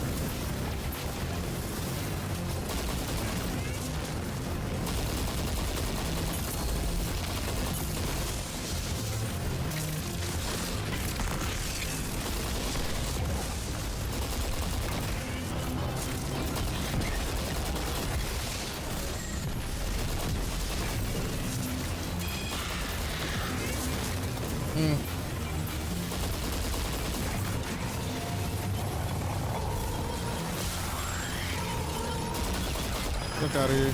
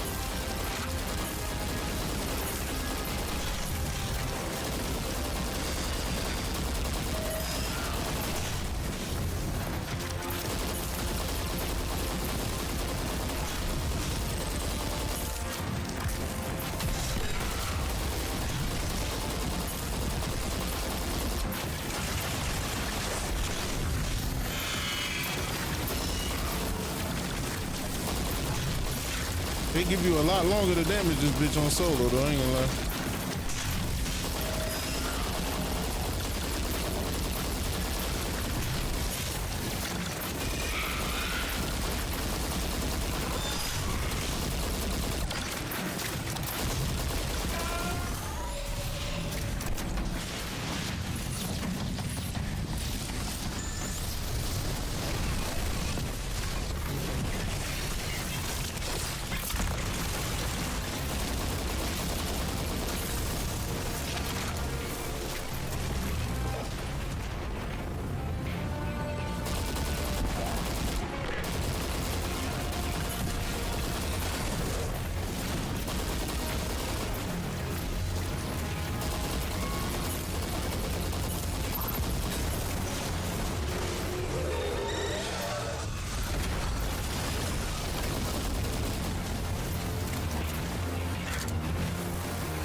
Oh, that bitch locked.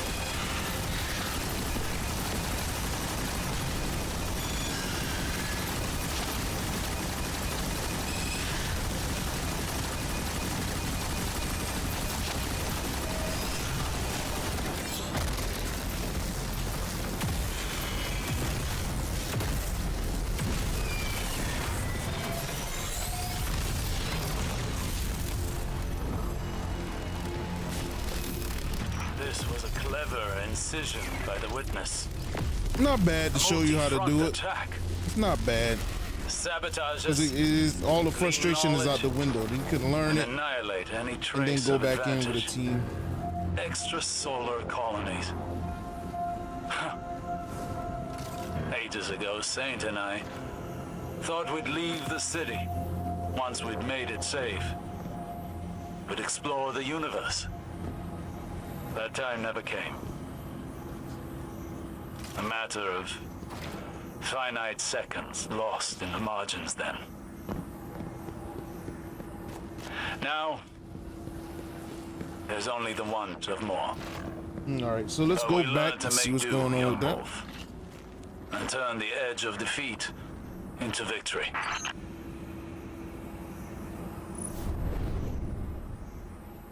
All right. Not bad. Not bad. To learn it. Not bad. Not bad.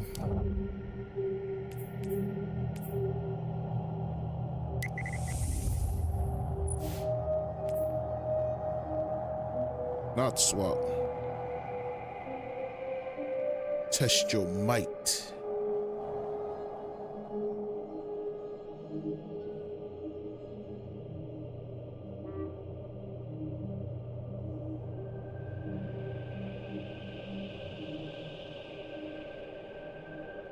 Towards adept weapons. Eternity.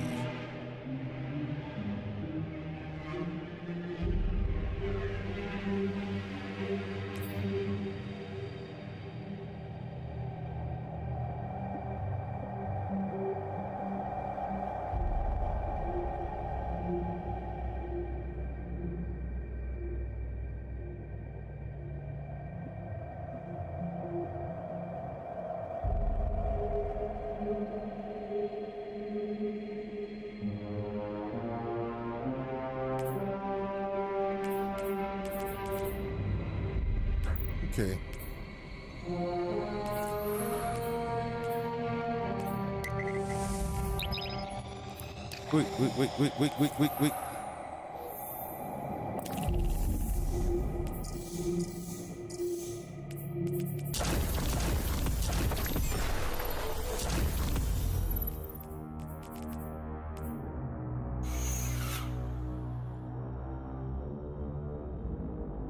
I beat him. What the fuck?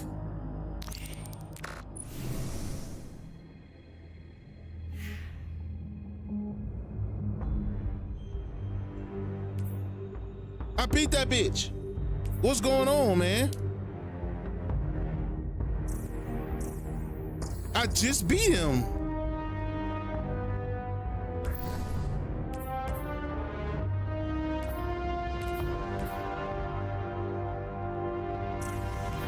Yo, gang, let me just do the regular dungeon.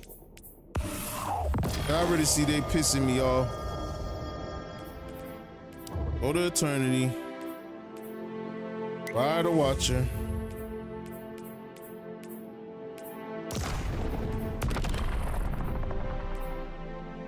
No. Fuck that. Eternity.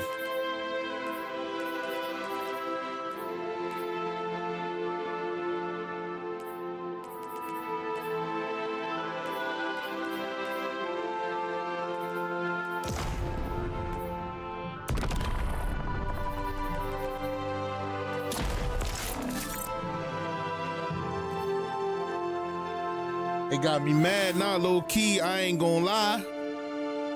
How y'all gonna sit there and act like I didn't do this shit?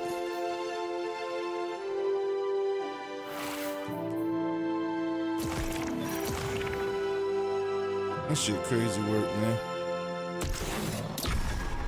That shit crazy work.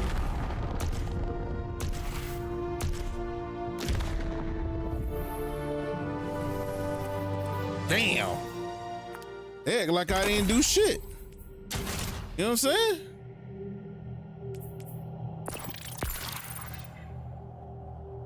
They act like I ain't did a goddamn thing.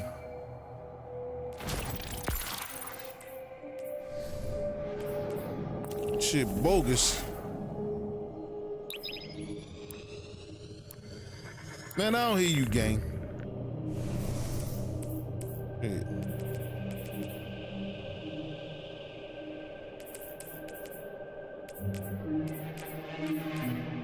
Shit crazy. They ain't want to give me my fucking completion though. After doing all that shit. That's what I be talking about. What the fuck I be talking about?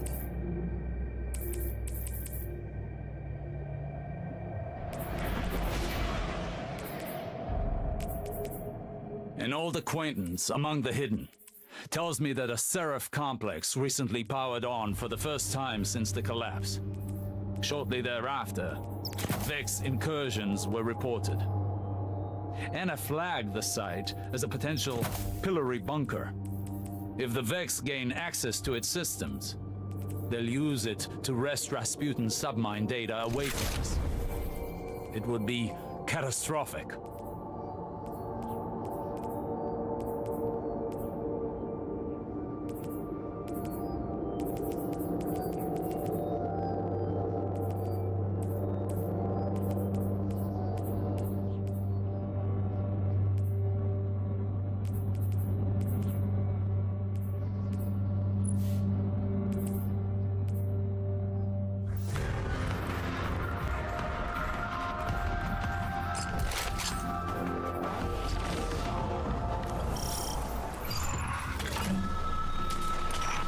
At the source of the complex's AUG supply. Centuries in Martian rust have done this place no kindness. Our window of opportunity is short. AUG surges destabilize the complex, and Vex are breaching the command matrix. Go.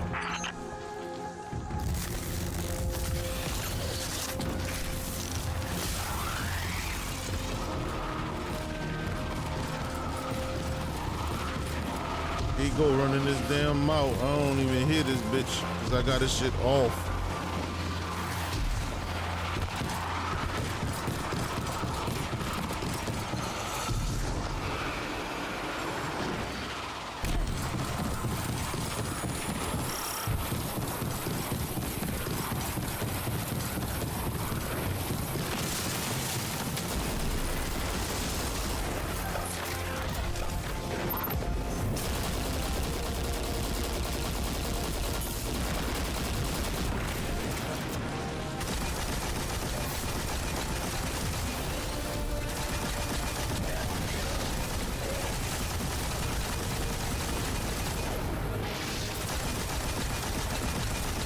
sneak kills in over here, bitch.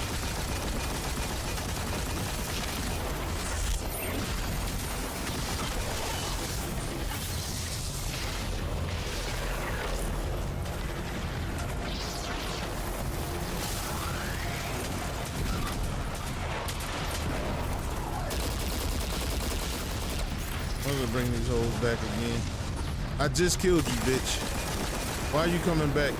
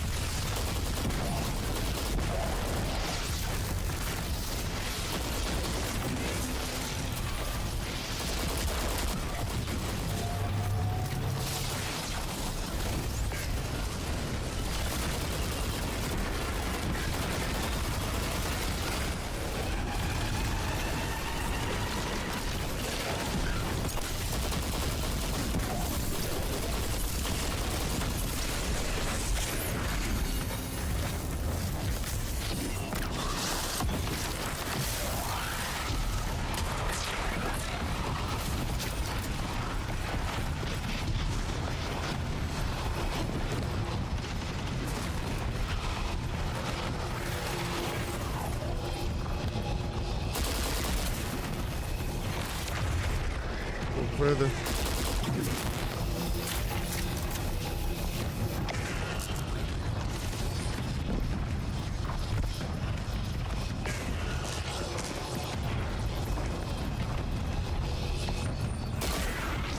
Fuck.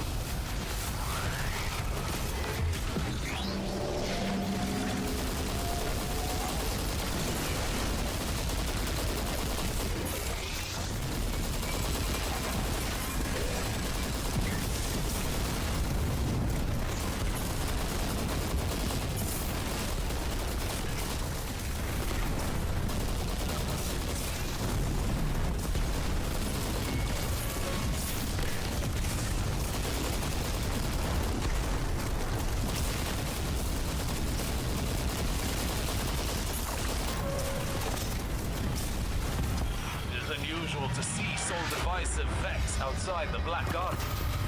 They're a fanatical sect of programming devoted to the darkness. Or rather, the witness.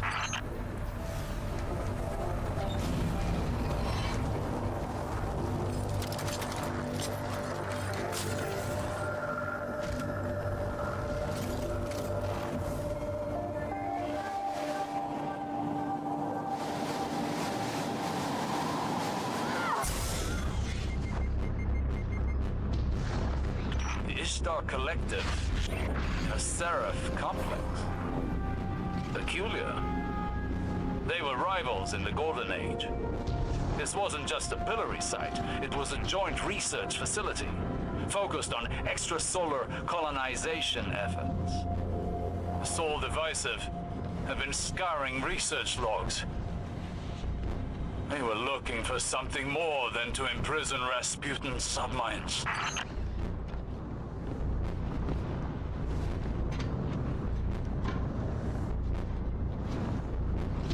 Nigga, you went in the wrong one, gang.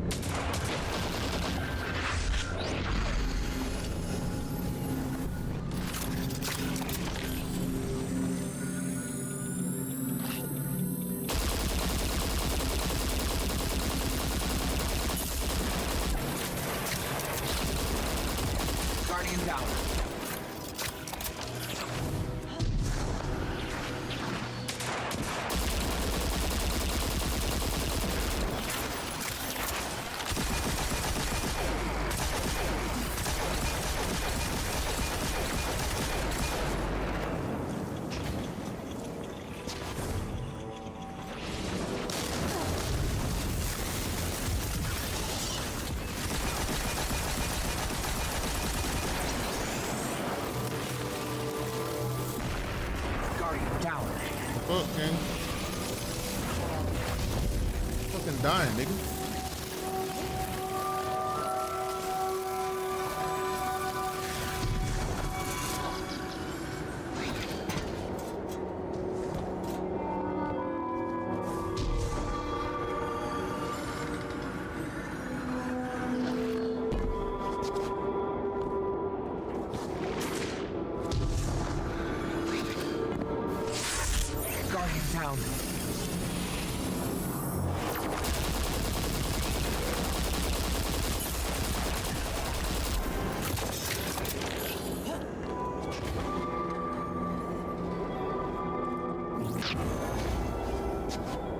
Guardian down.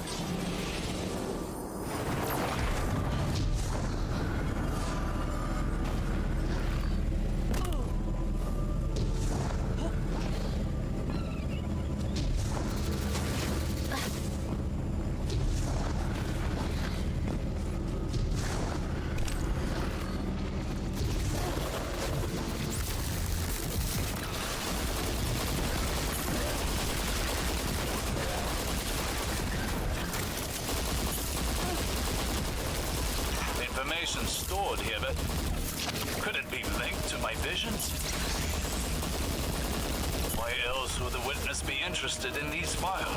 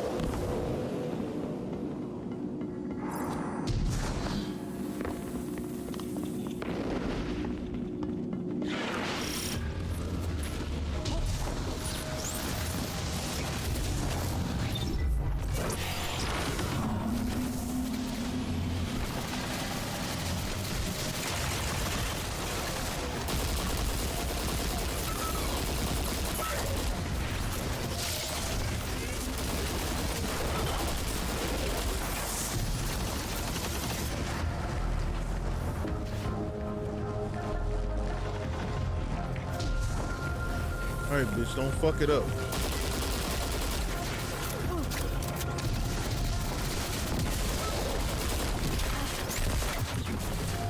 This dumbass about to fuck me up.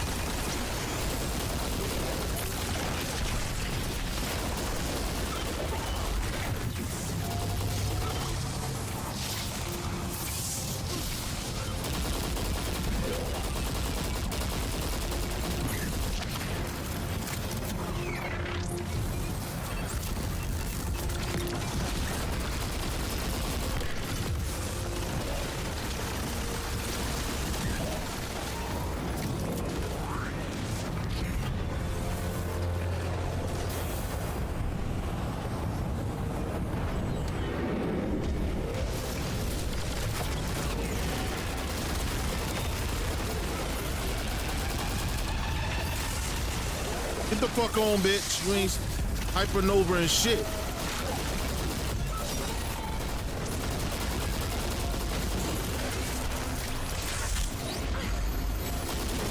Gang, don't get killed, gang, trying to like do dumb shit.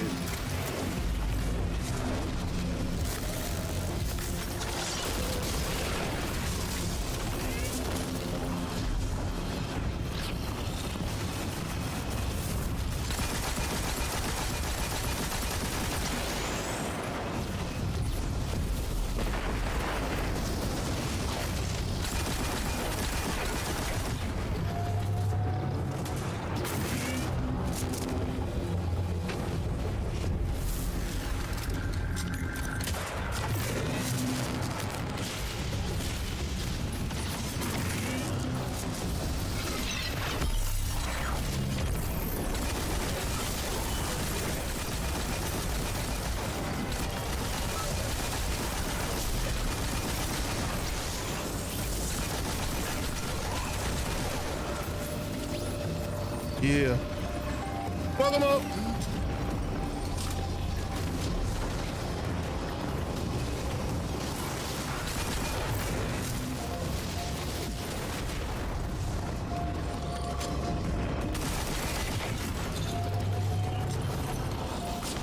Guardian down. Come on, bitch.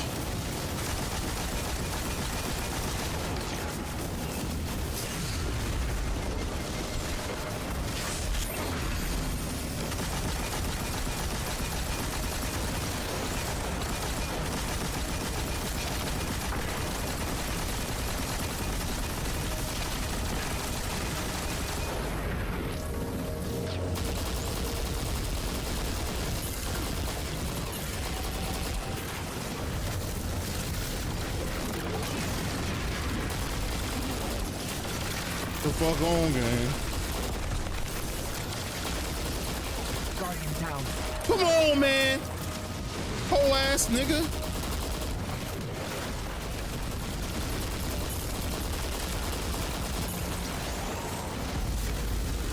What kind of team are y'all, man? I'm on y'all and I ain't even dying, bro. The fuck are y'all doing, gang?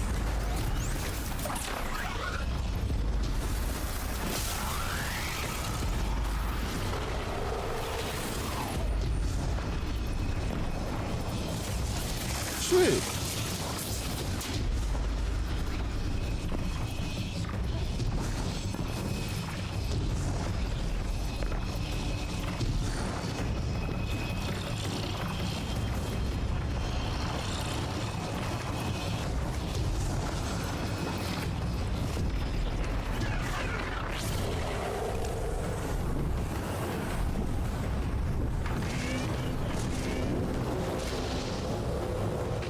They gonna get their dumb ass killed. I ain't even expecting silver. They too ignorant for that. When I'm gonna do some dumb shit, get killed.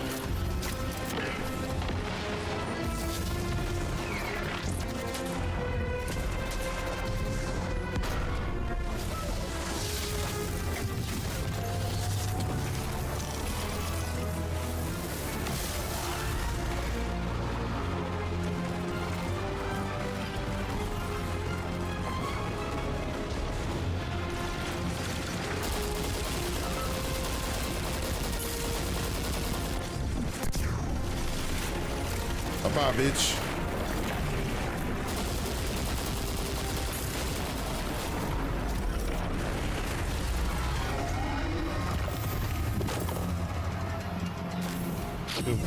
Bitch ass niggas.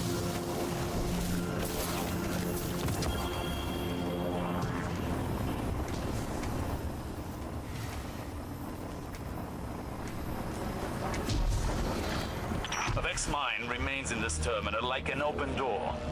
It's using the tower's arrays to connect with installations across Seoul. This must be in preparation to imprison the submines.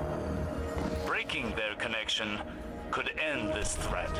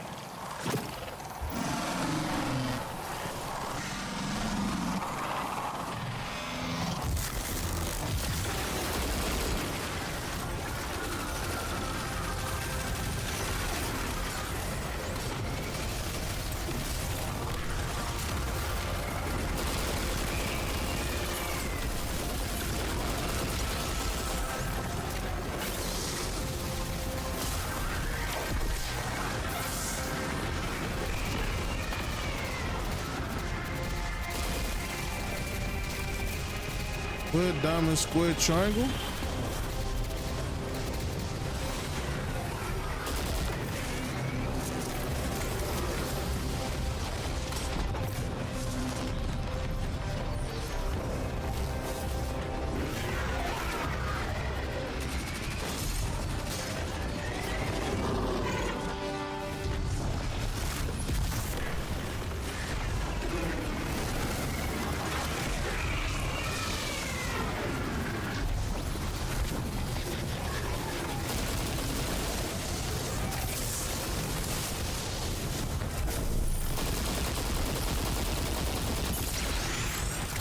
Crazy work.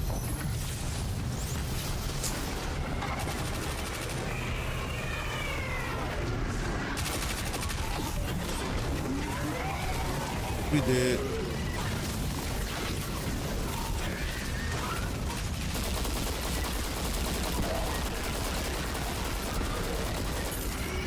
Fucking jackass. We all gonna fucking die. We're gonna automatically go to silver.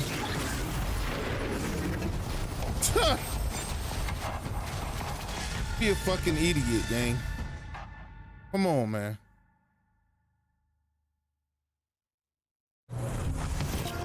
Yo, it's not like the regular dungeon. We gotta do it in order, bro.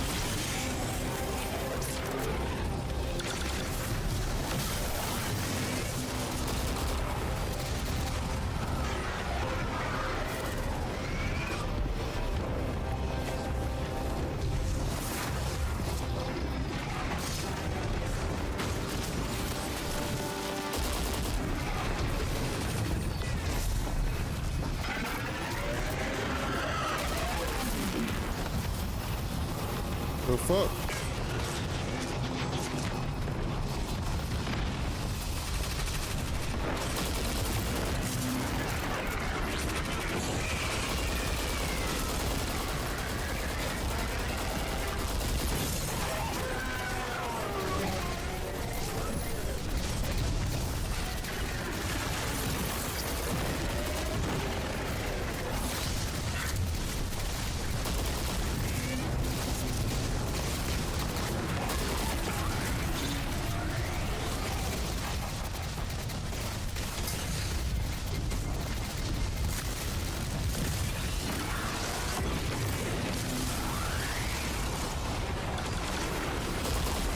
No, we good. It don't fucking matter now. How you do it?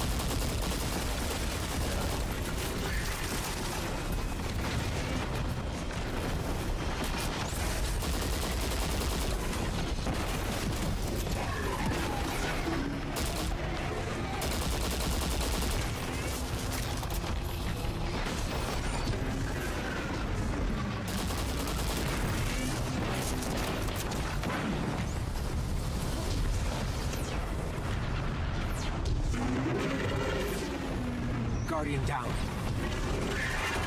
Come on, bitch. Like, come on, gang.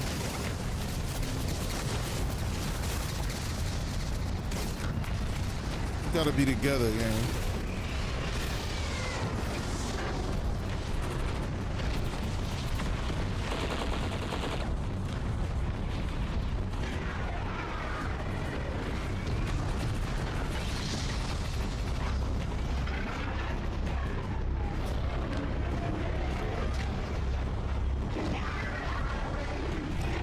Oh my fucking god, man.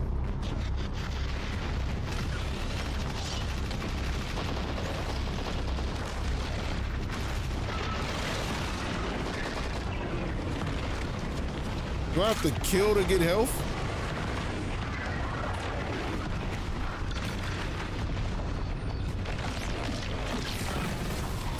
Yes, I do.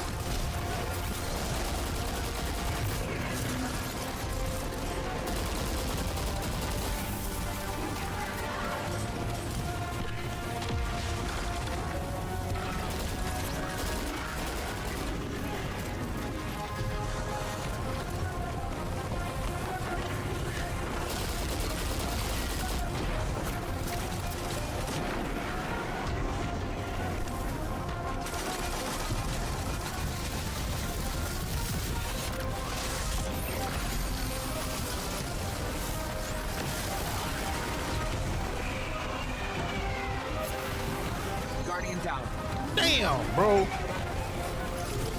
Come on, gang.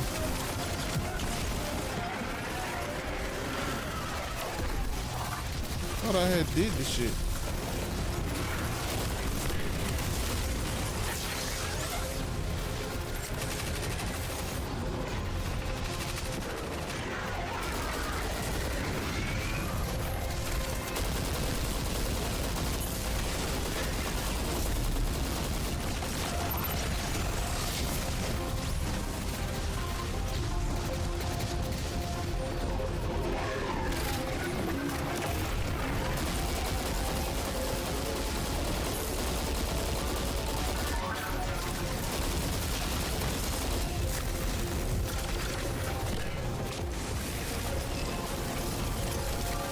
At the diamond circuit.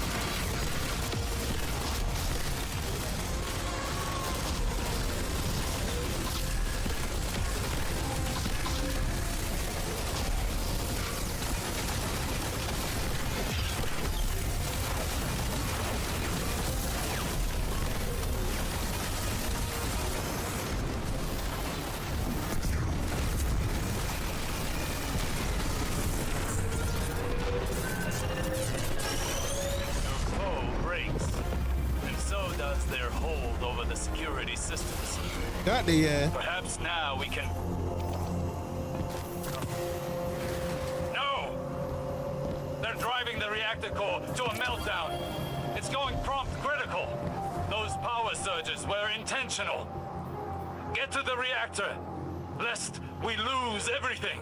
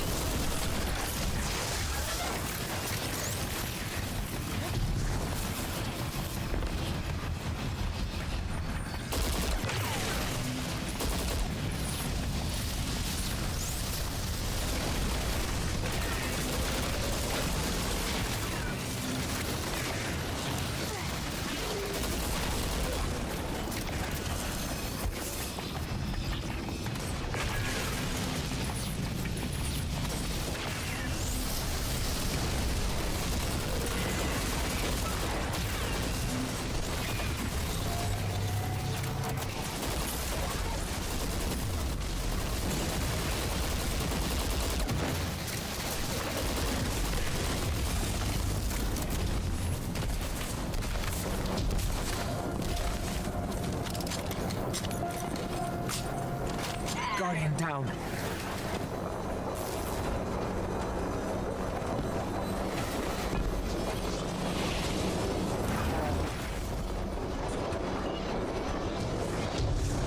Guardian down.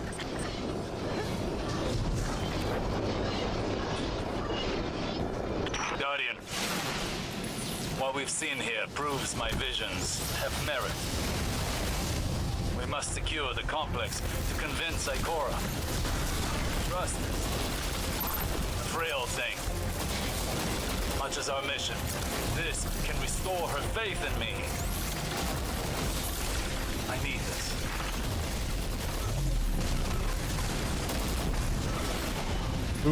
Wait.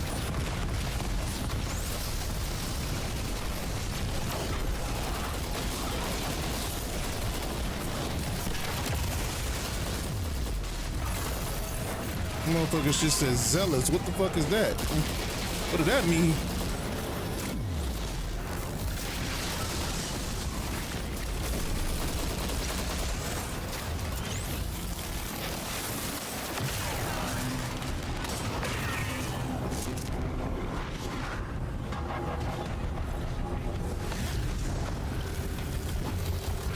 Oh, reset.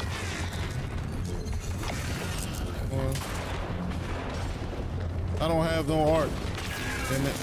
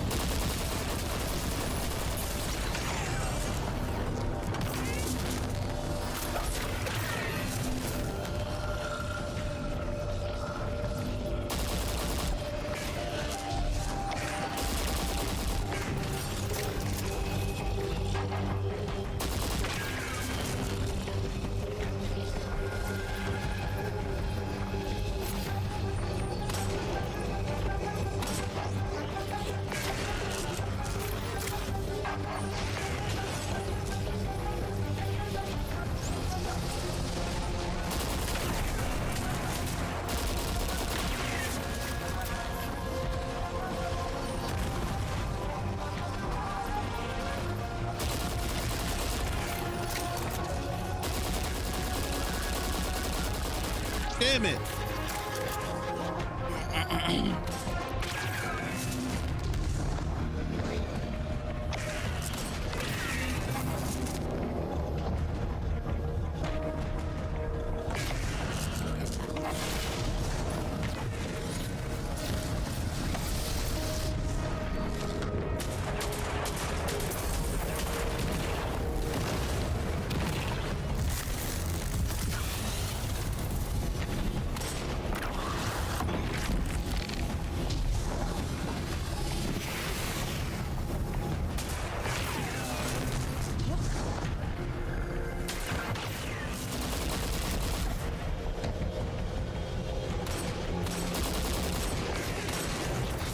Where is it?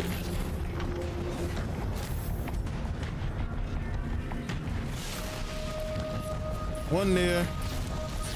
One there.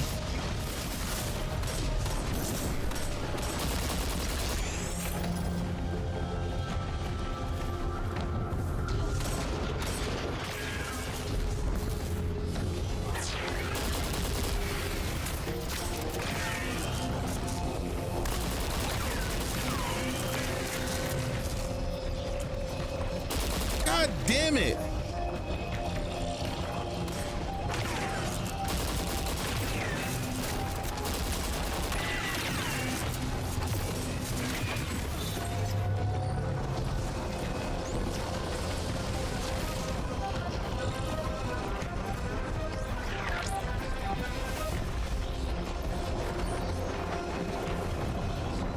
Guardian down.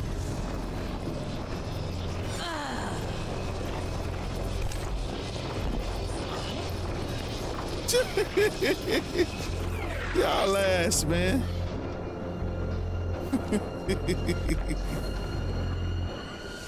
Jesus.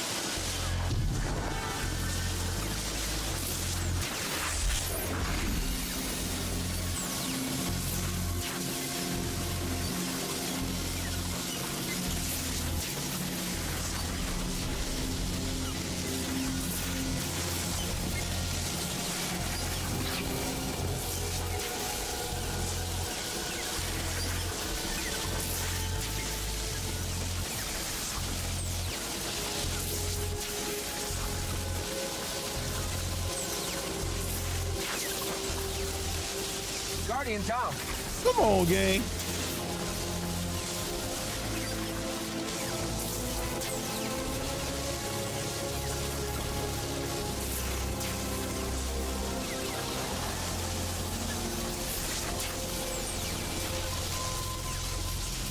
Guardian down.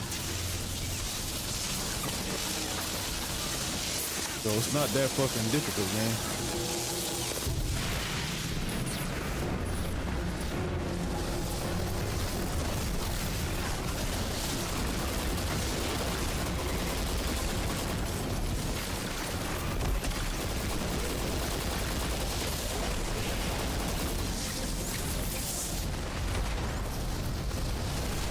Guardian down.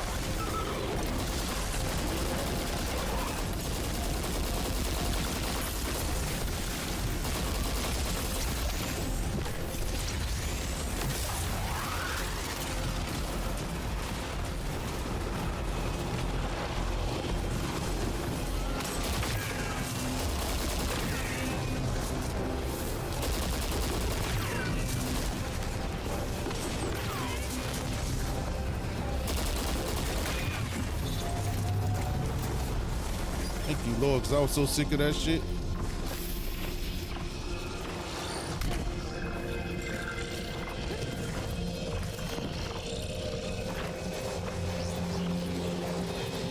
Avex's mind directs power to the reactor.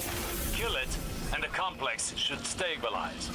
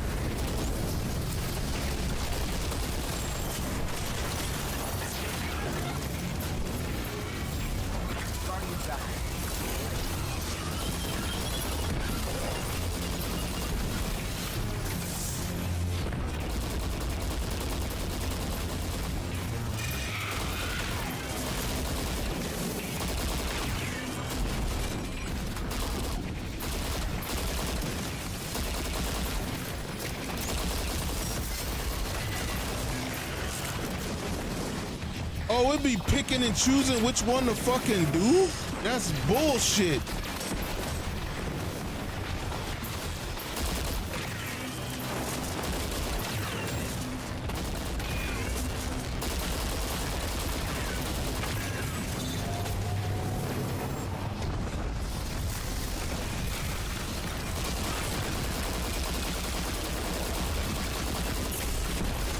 Okay, which nose first? It's another one of those sequences. Triangle, diamond. Guardian down.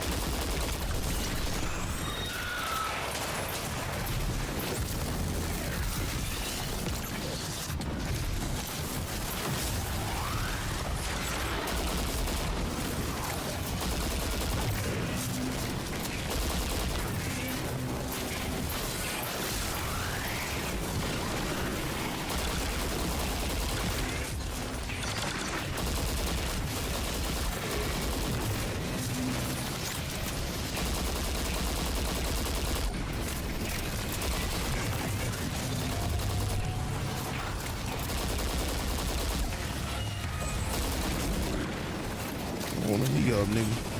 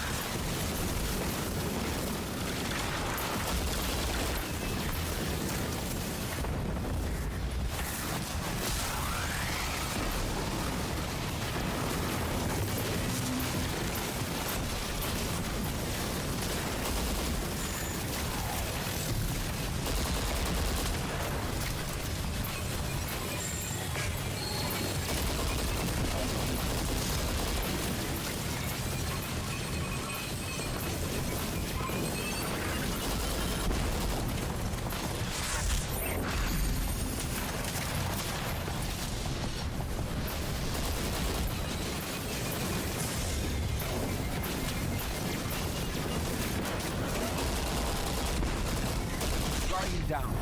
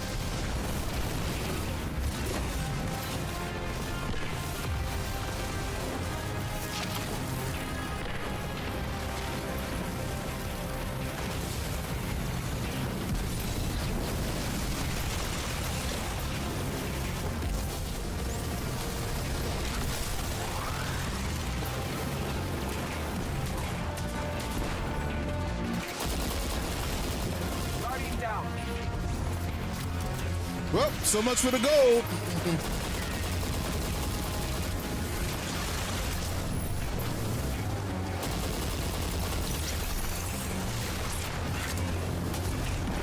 Ooh, hell no.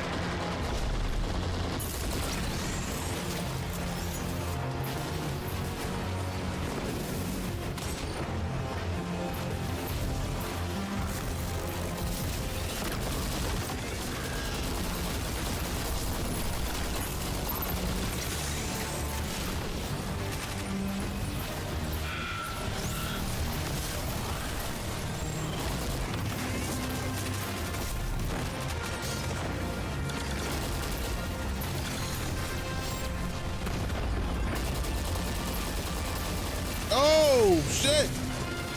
No.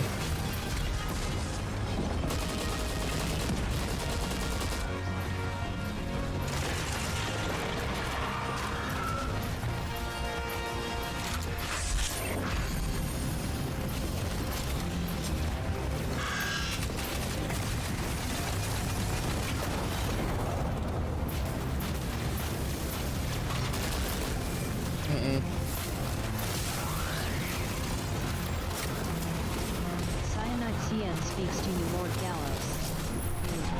How's the game going? Pretty good, actually.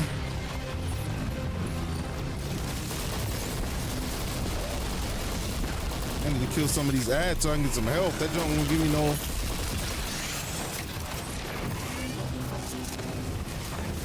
Bodrick speaks to you, Lord Gallows.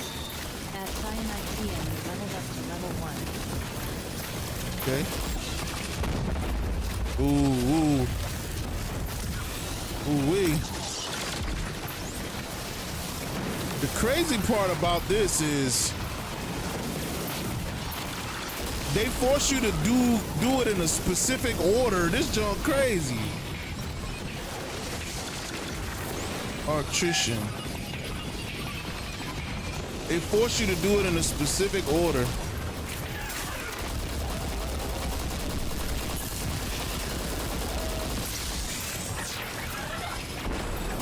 So there's no like just doing this shit. Like you gotta. Where's that wire at? Here.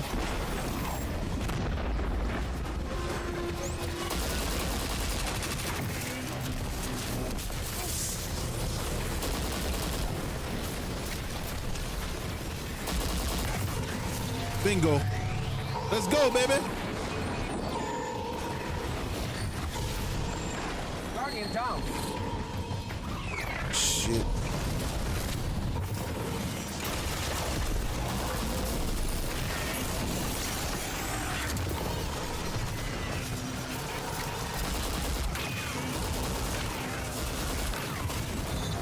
Got him. Let's go.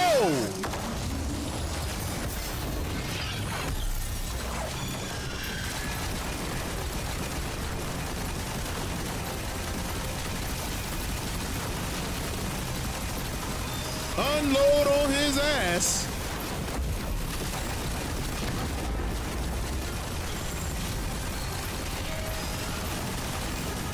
Doesn't matter. Oh, it does matter. Nova. Oh, get out of there. Because I can't heal automatically. Oh my God. Oh my God.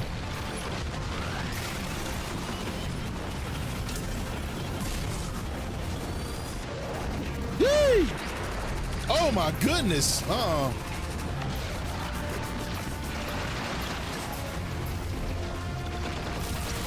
Give me that help, baby. Let's go.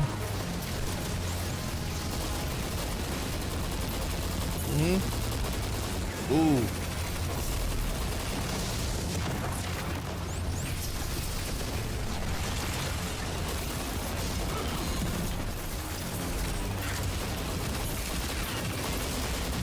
Oh, forgot. Get killed. Yeah. Don't worry about the gang. I got you. What's this?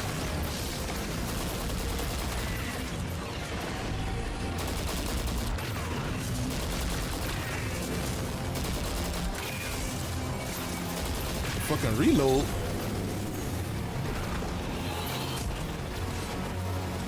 Triangle, diamond. Damn, the diamond would be on my side.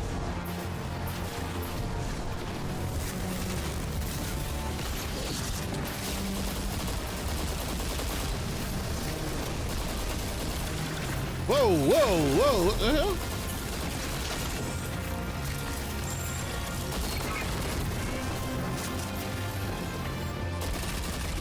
Whoa, what? I know I got electrician, right? Okay. What's going on here?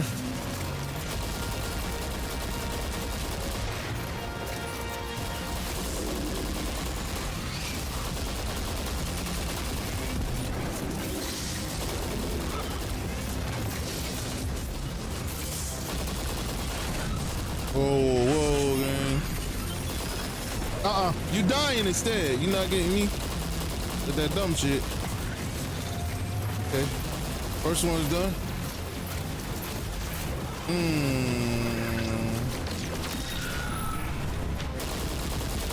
It killed. The crazy thing about the Rites of the 9, you gotta do that shit a certain way. That shit crazy. Well, I would say this shit a raid.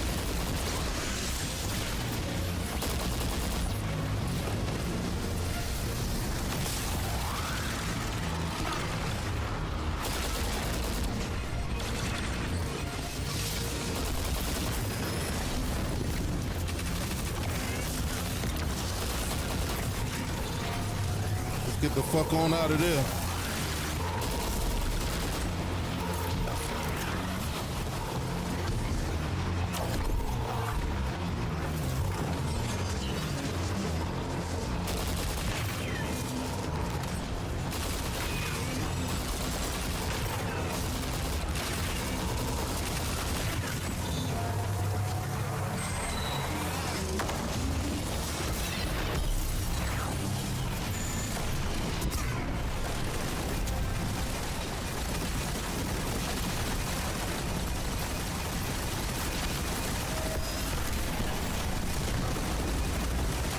Finish that ass off, baby. Finish that ass off. This was a clever incision by the witness. Oh, Lord. Multi-front attack. Sabotage us, glean knowledge, and annihilate any trace of advantage. Ooh, Rolling Storm? Extrasolar colonies. Hold on. Hold on. Ages ago, Saint and I thought we'd leave the city once we'd made it safe. We'd explore the universe.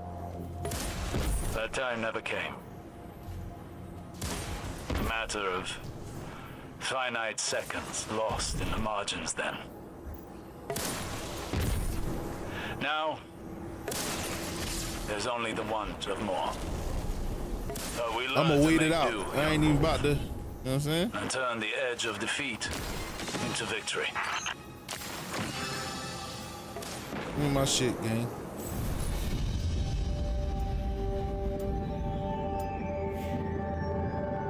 Bitch ass nigga want to give me my props, man. They love leaving the game, don't give nobody no damn props, bro. Look at this shit. Bullshitters.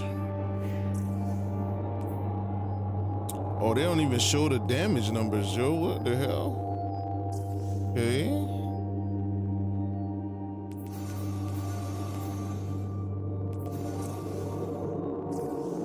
Y'all better count my shit. That's all I know. Y'all better count my shit this time. Y'all did that shit twice. I did that shit twice. There's no way that shit's glitched in the first goddamn. Like, come on, gang. It's glitched. This shit is glitched, y'all. Now, I done beat this motherfucker twice.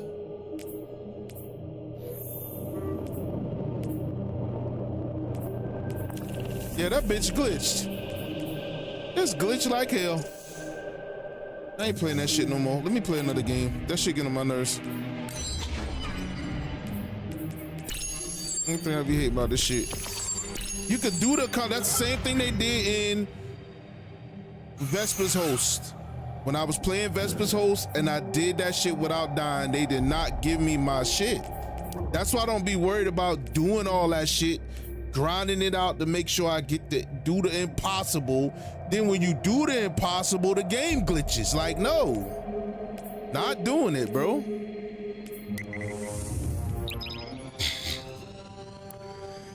Oh, not doing it.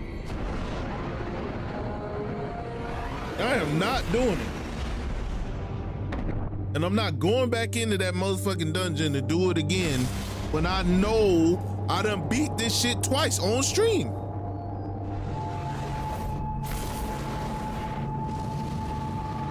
I beat this shit twice on stream and it's still not giving me my damn. Watch this. I know it's not. Then I'm gonna end the fucking stream. I know it's not gonna give me my shit.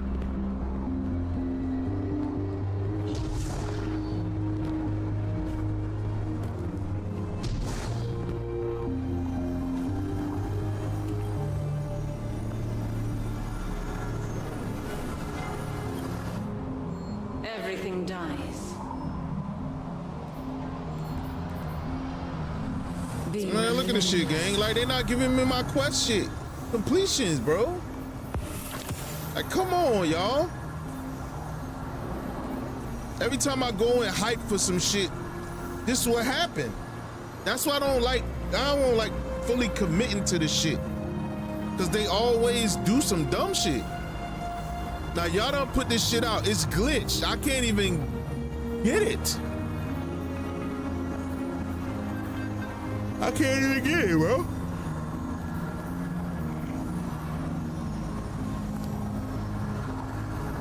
I can't even get the fucking thing, man.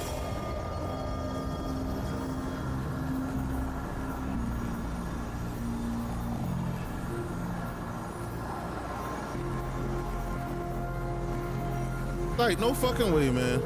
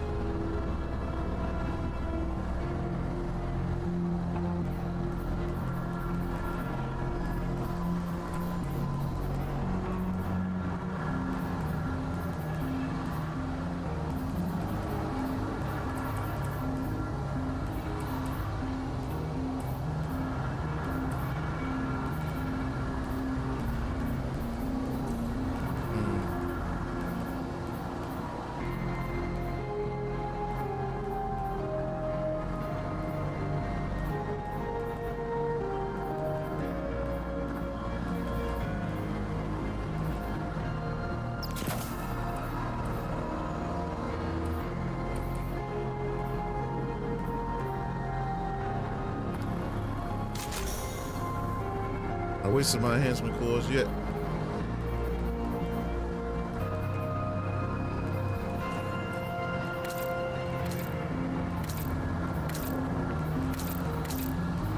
Shit got me mad already. It's like,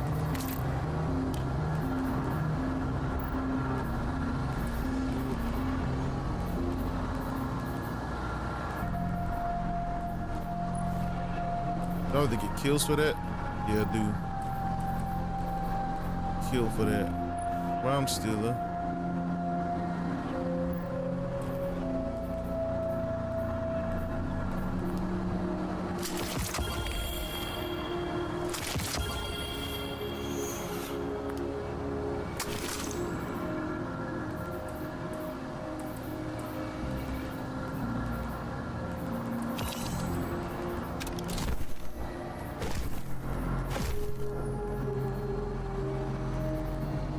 Fucking mad, bro. I ain't gonna lie. Pissed.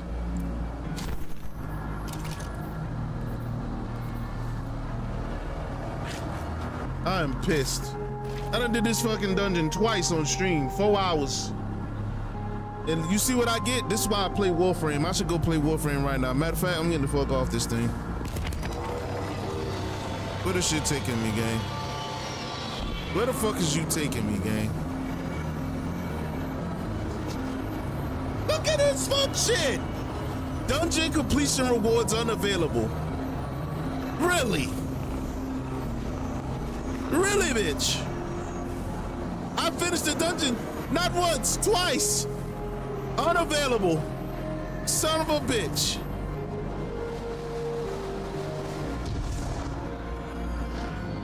Like, come on, man. Yeah, I'm off this. All right, y'all, till next time. Appreciate it. Much love. Shout out to Cyanide. We out of here.